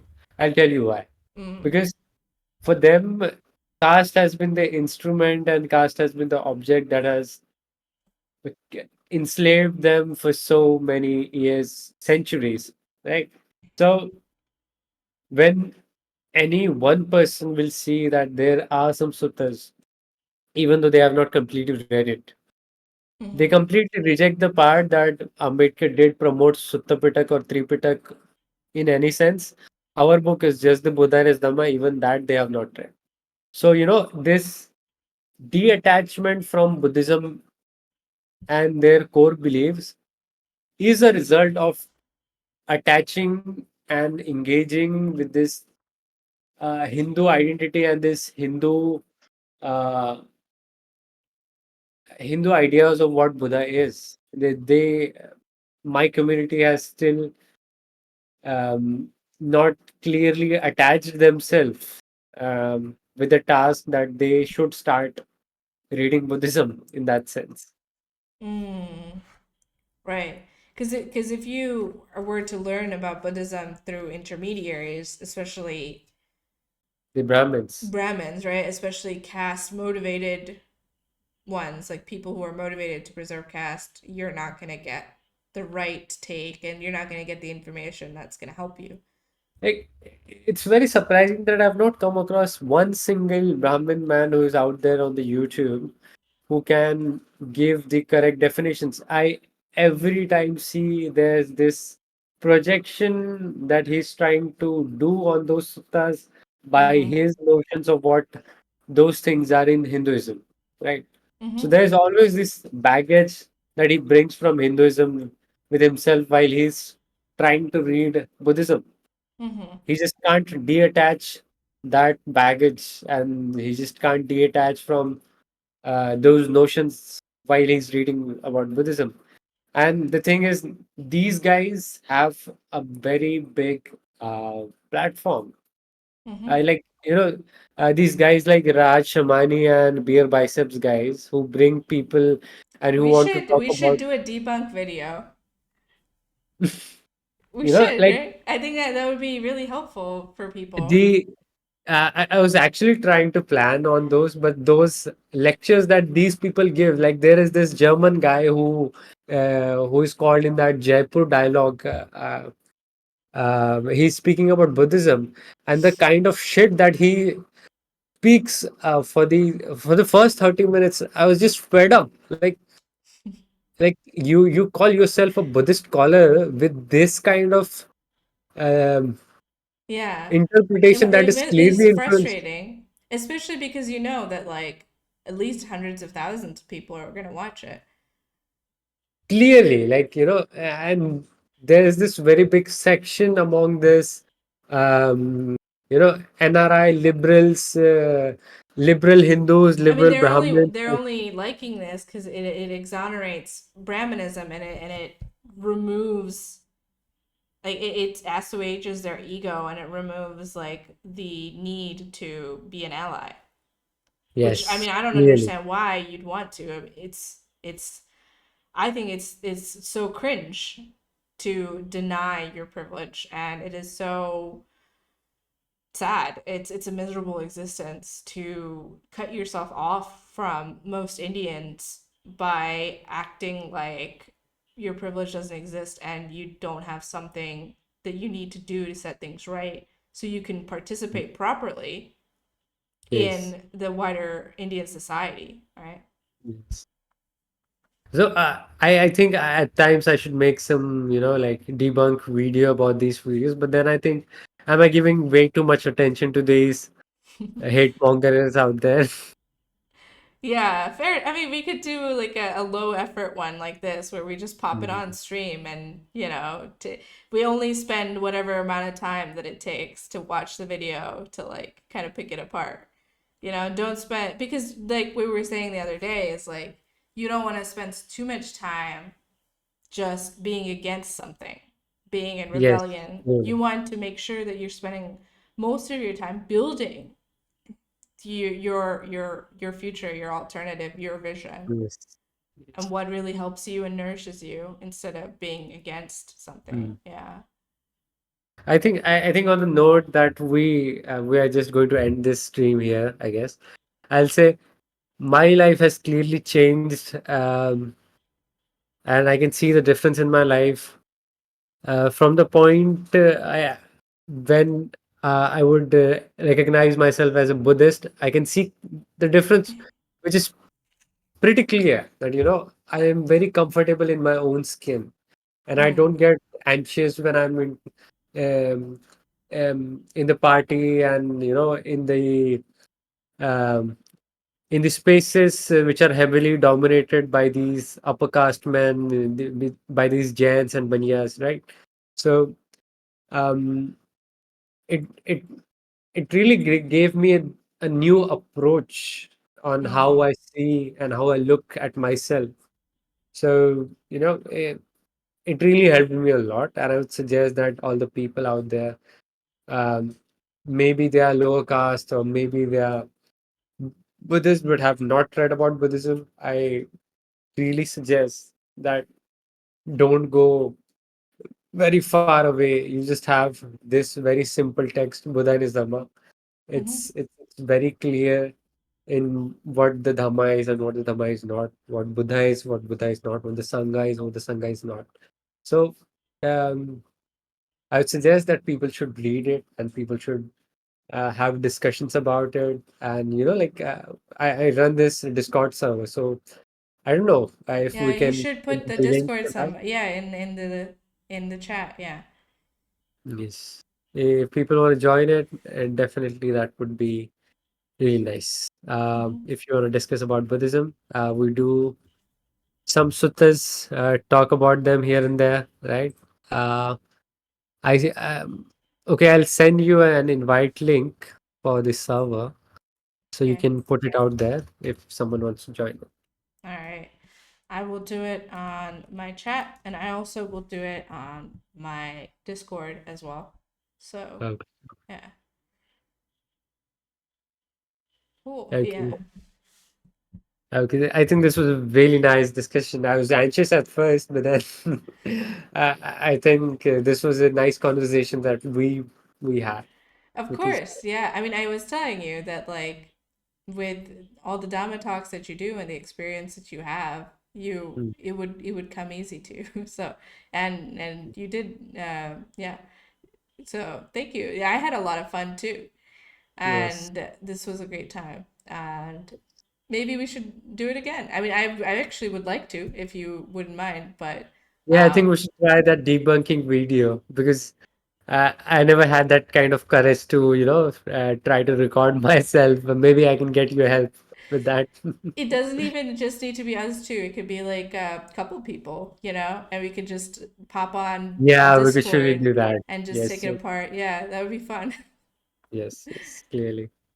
Yeah. I think this was supposed to be a bit of interactive, apart from a few people who did write in the chat. I think Discord server guys could have raised some few questions as well. But I think it's okay. I think we can end this here now. I mean, yeah, you're saying that, but like we had a lot of viewers, and it could just be that they were enjoying the talk and not asking questions. Yeah, could be the So case. yeah, I think Could be. it's great.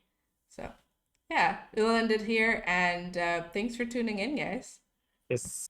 Good Thanks for night. tuning in, guys. Good night. Bye bye. See ya. Bye.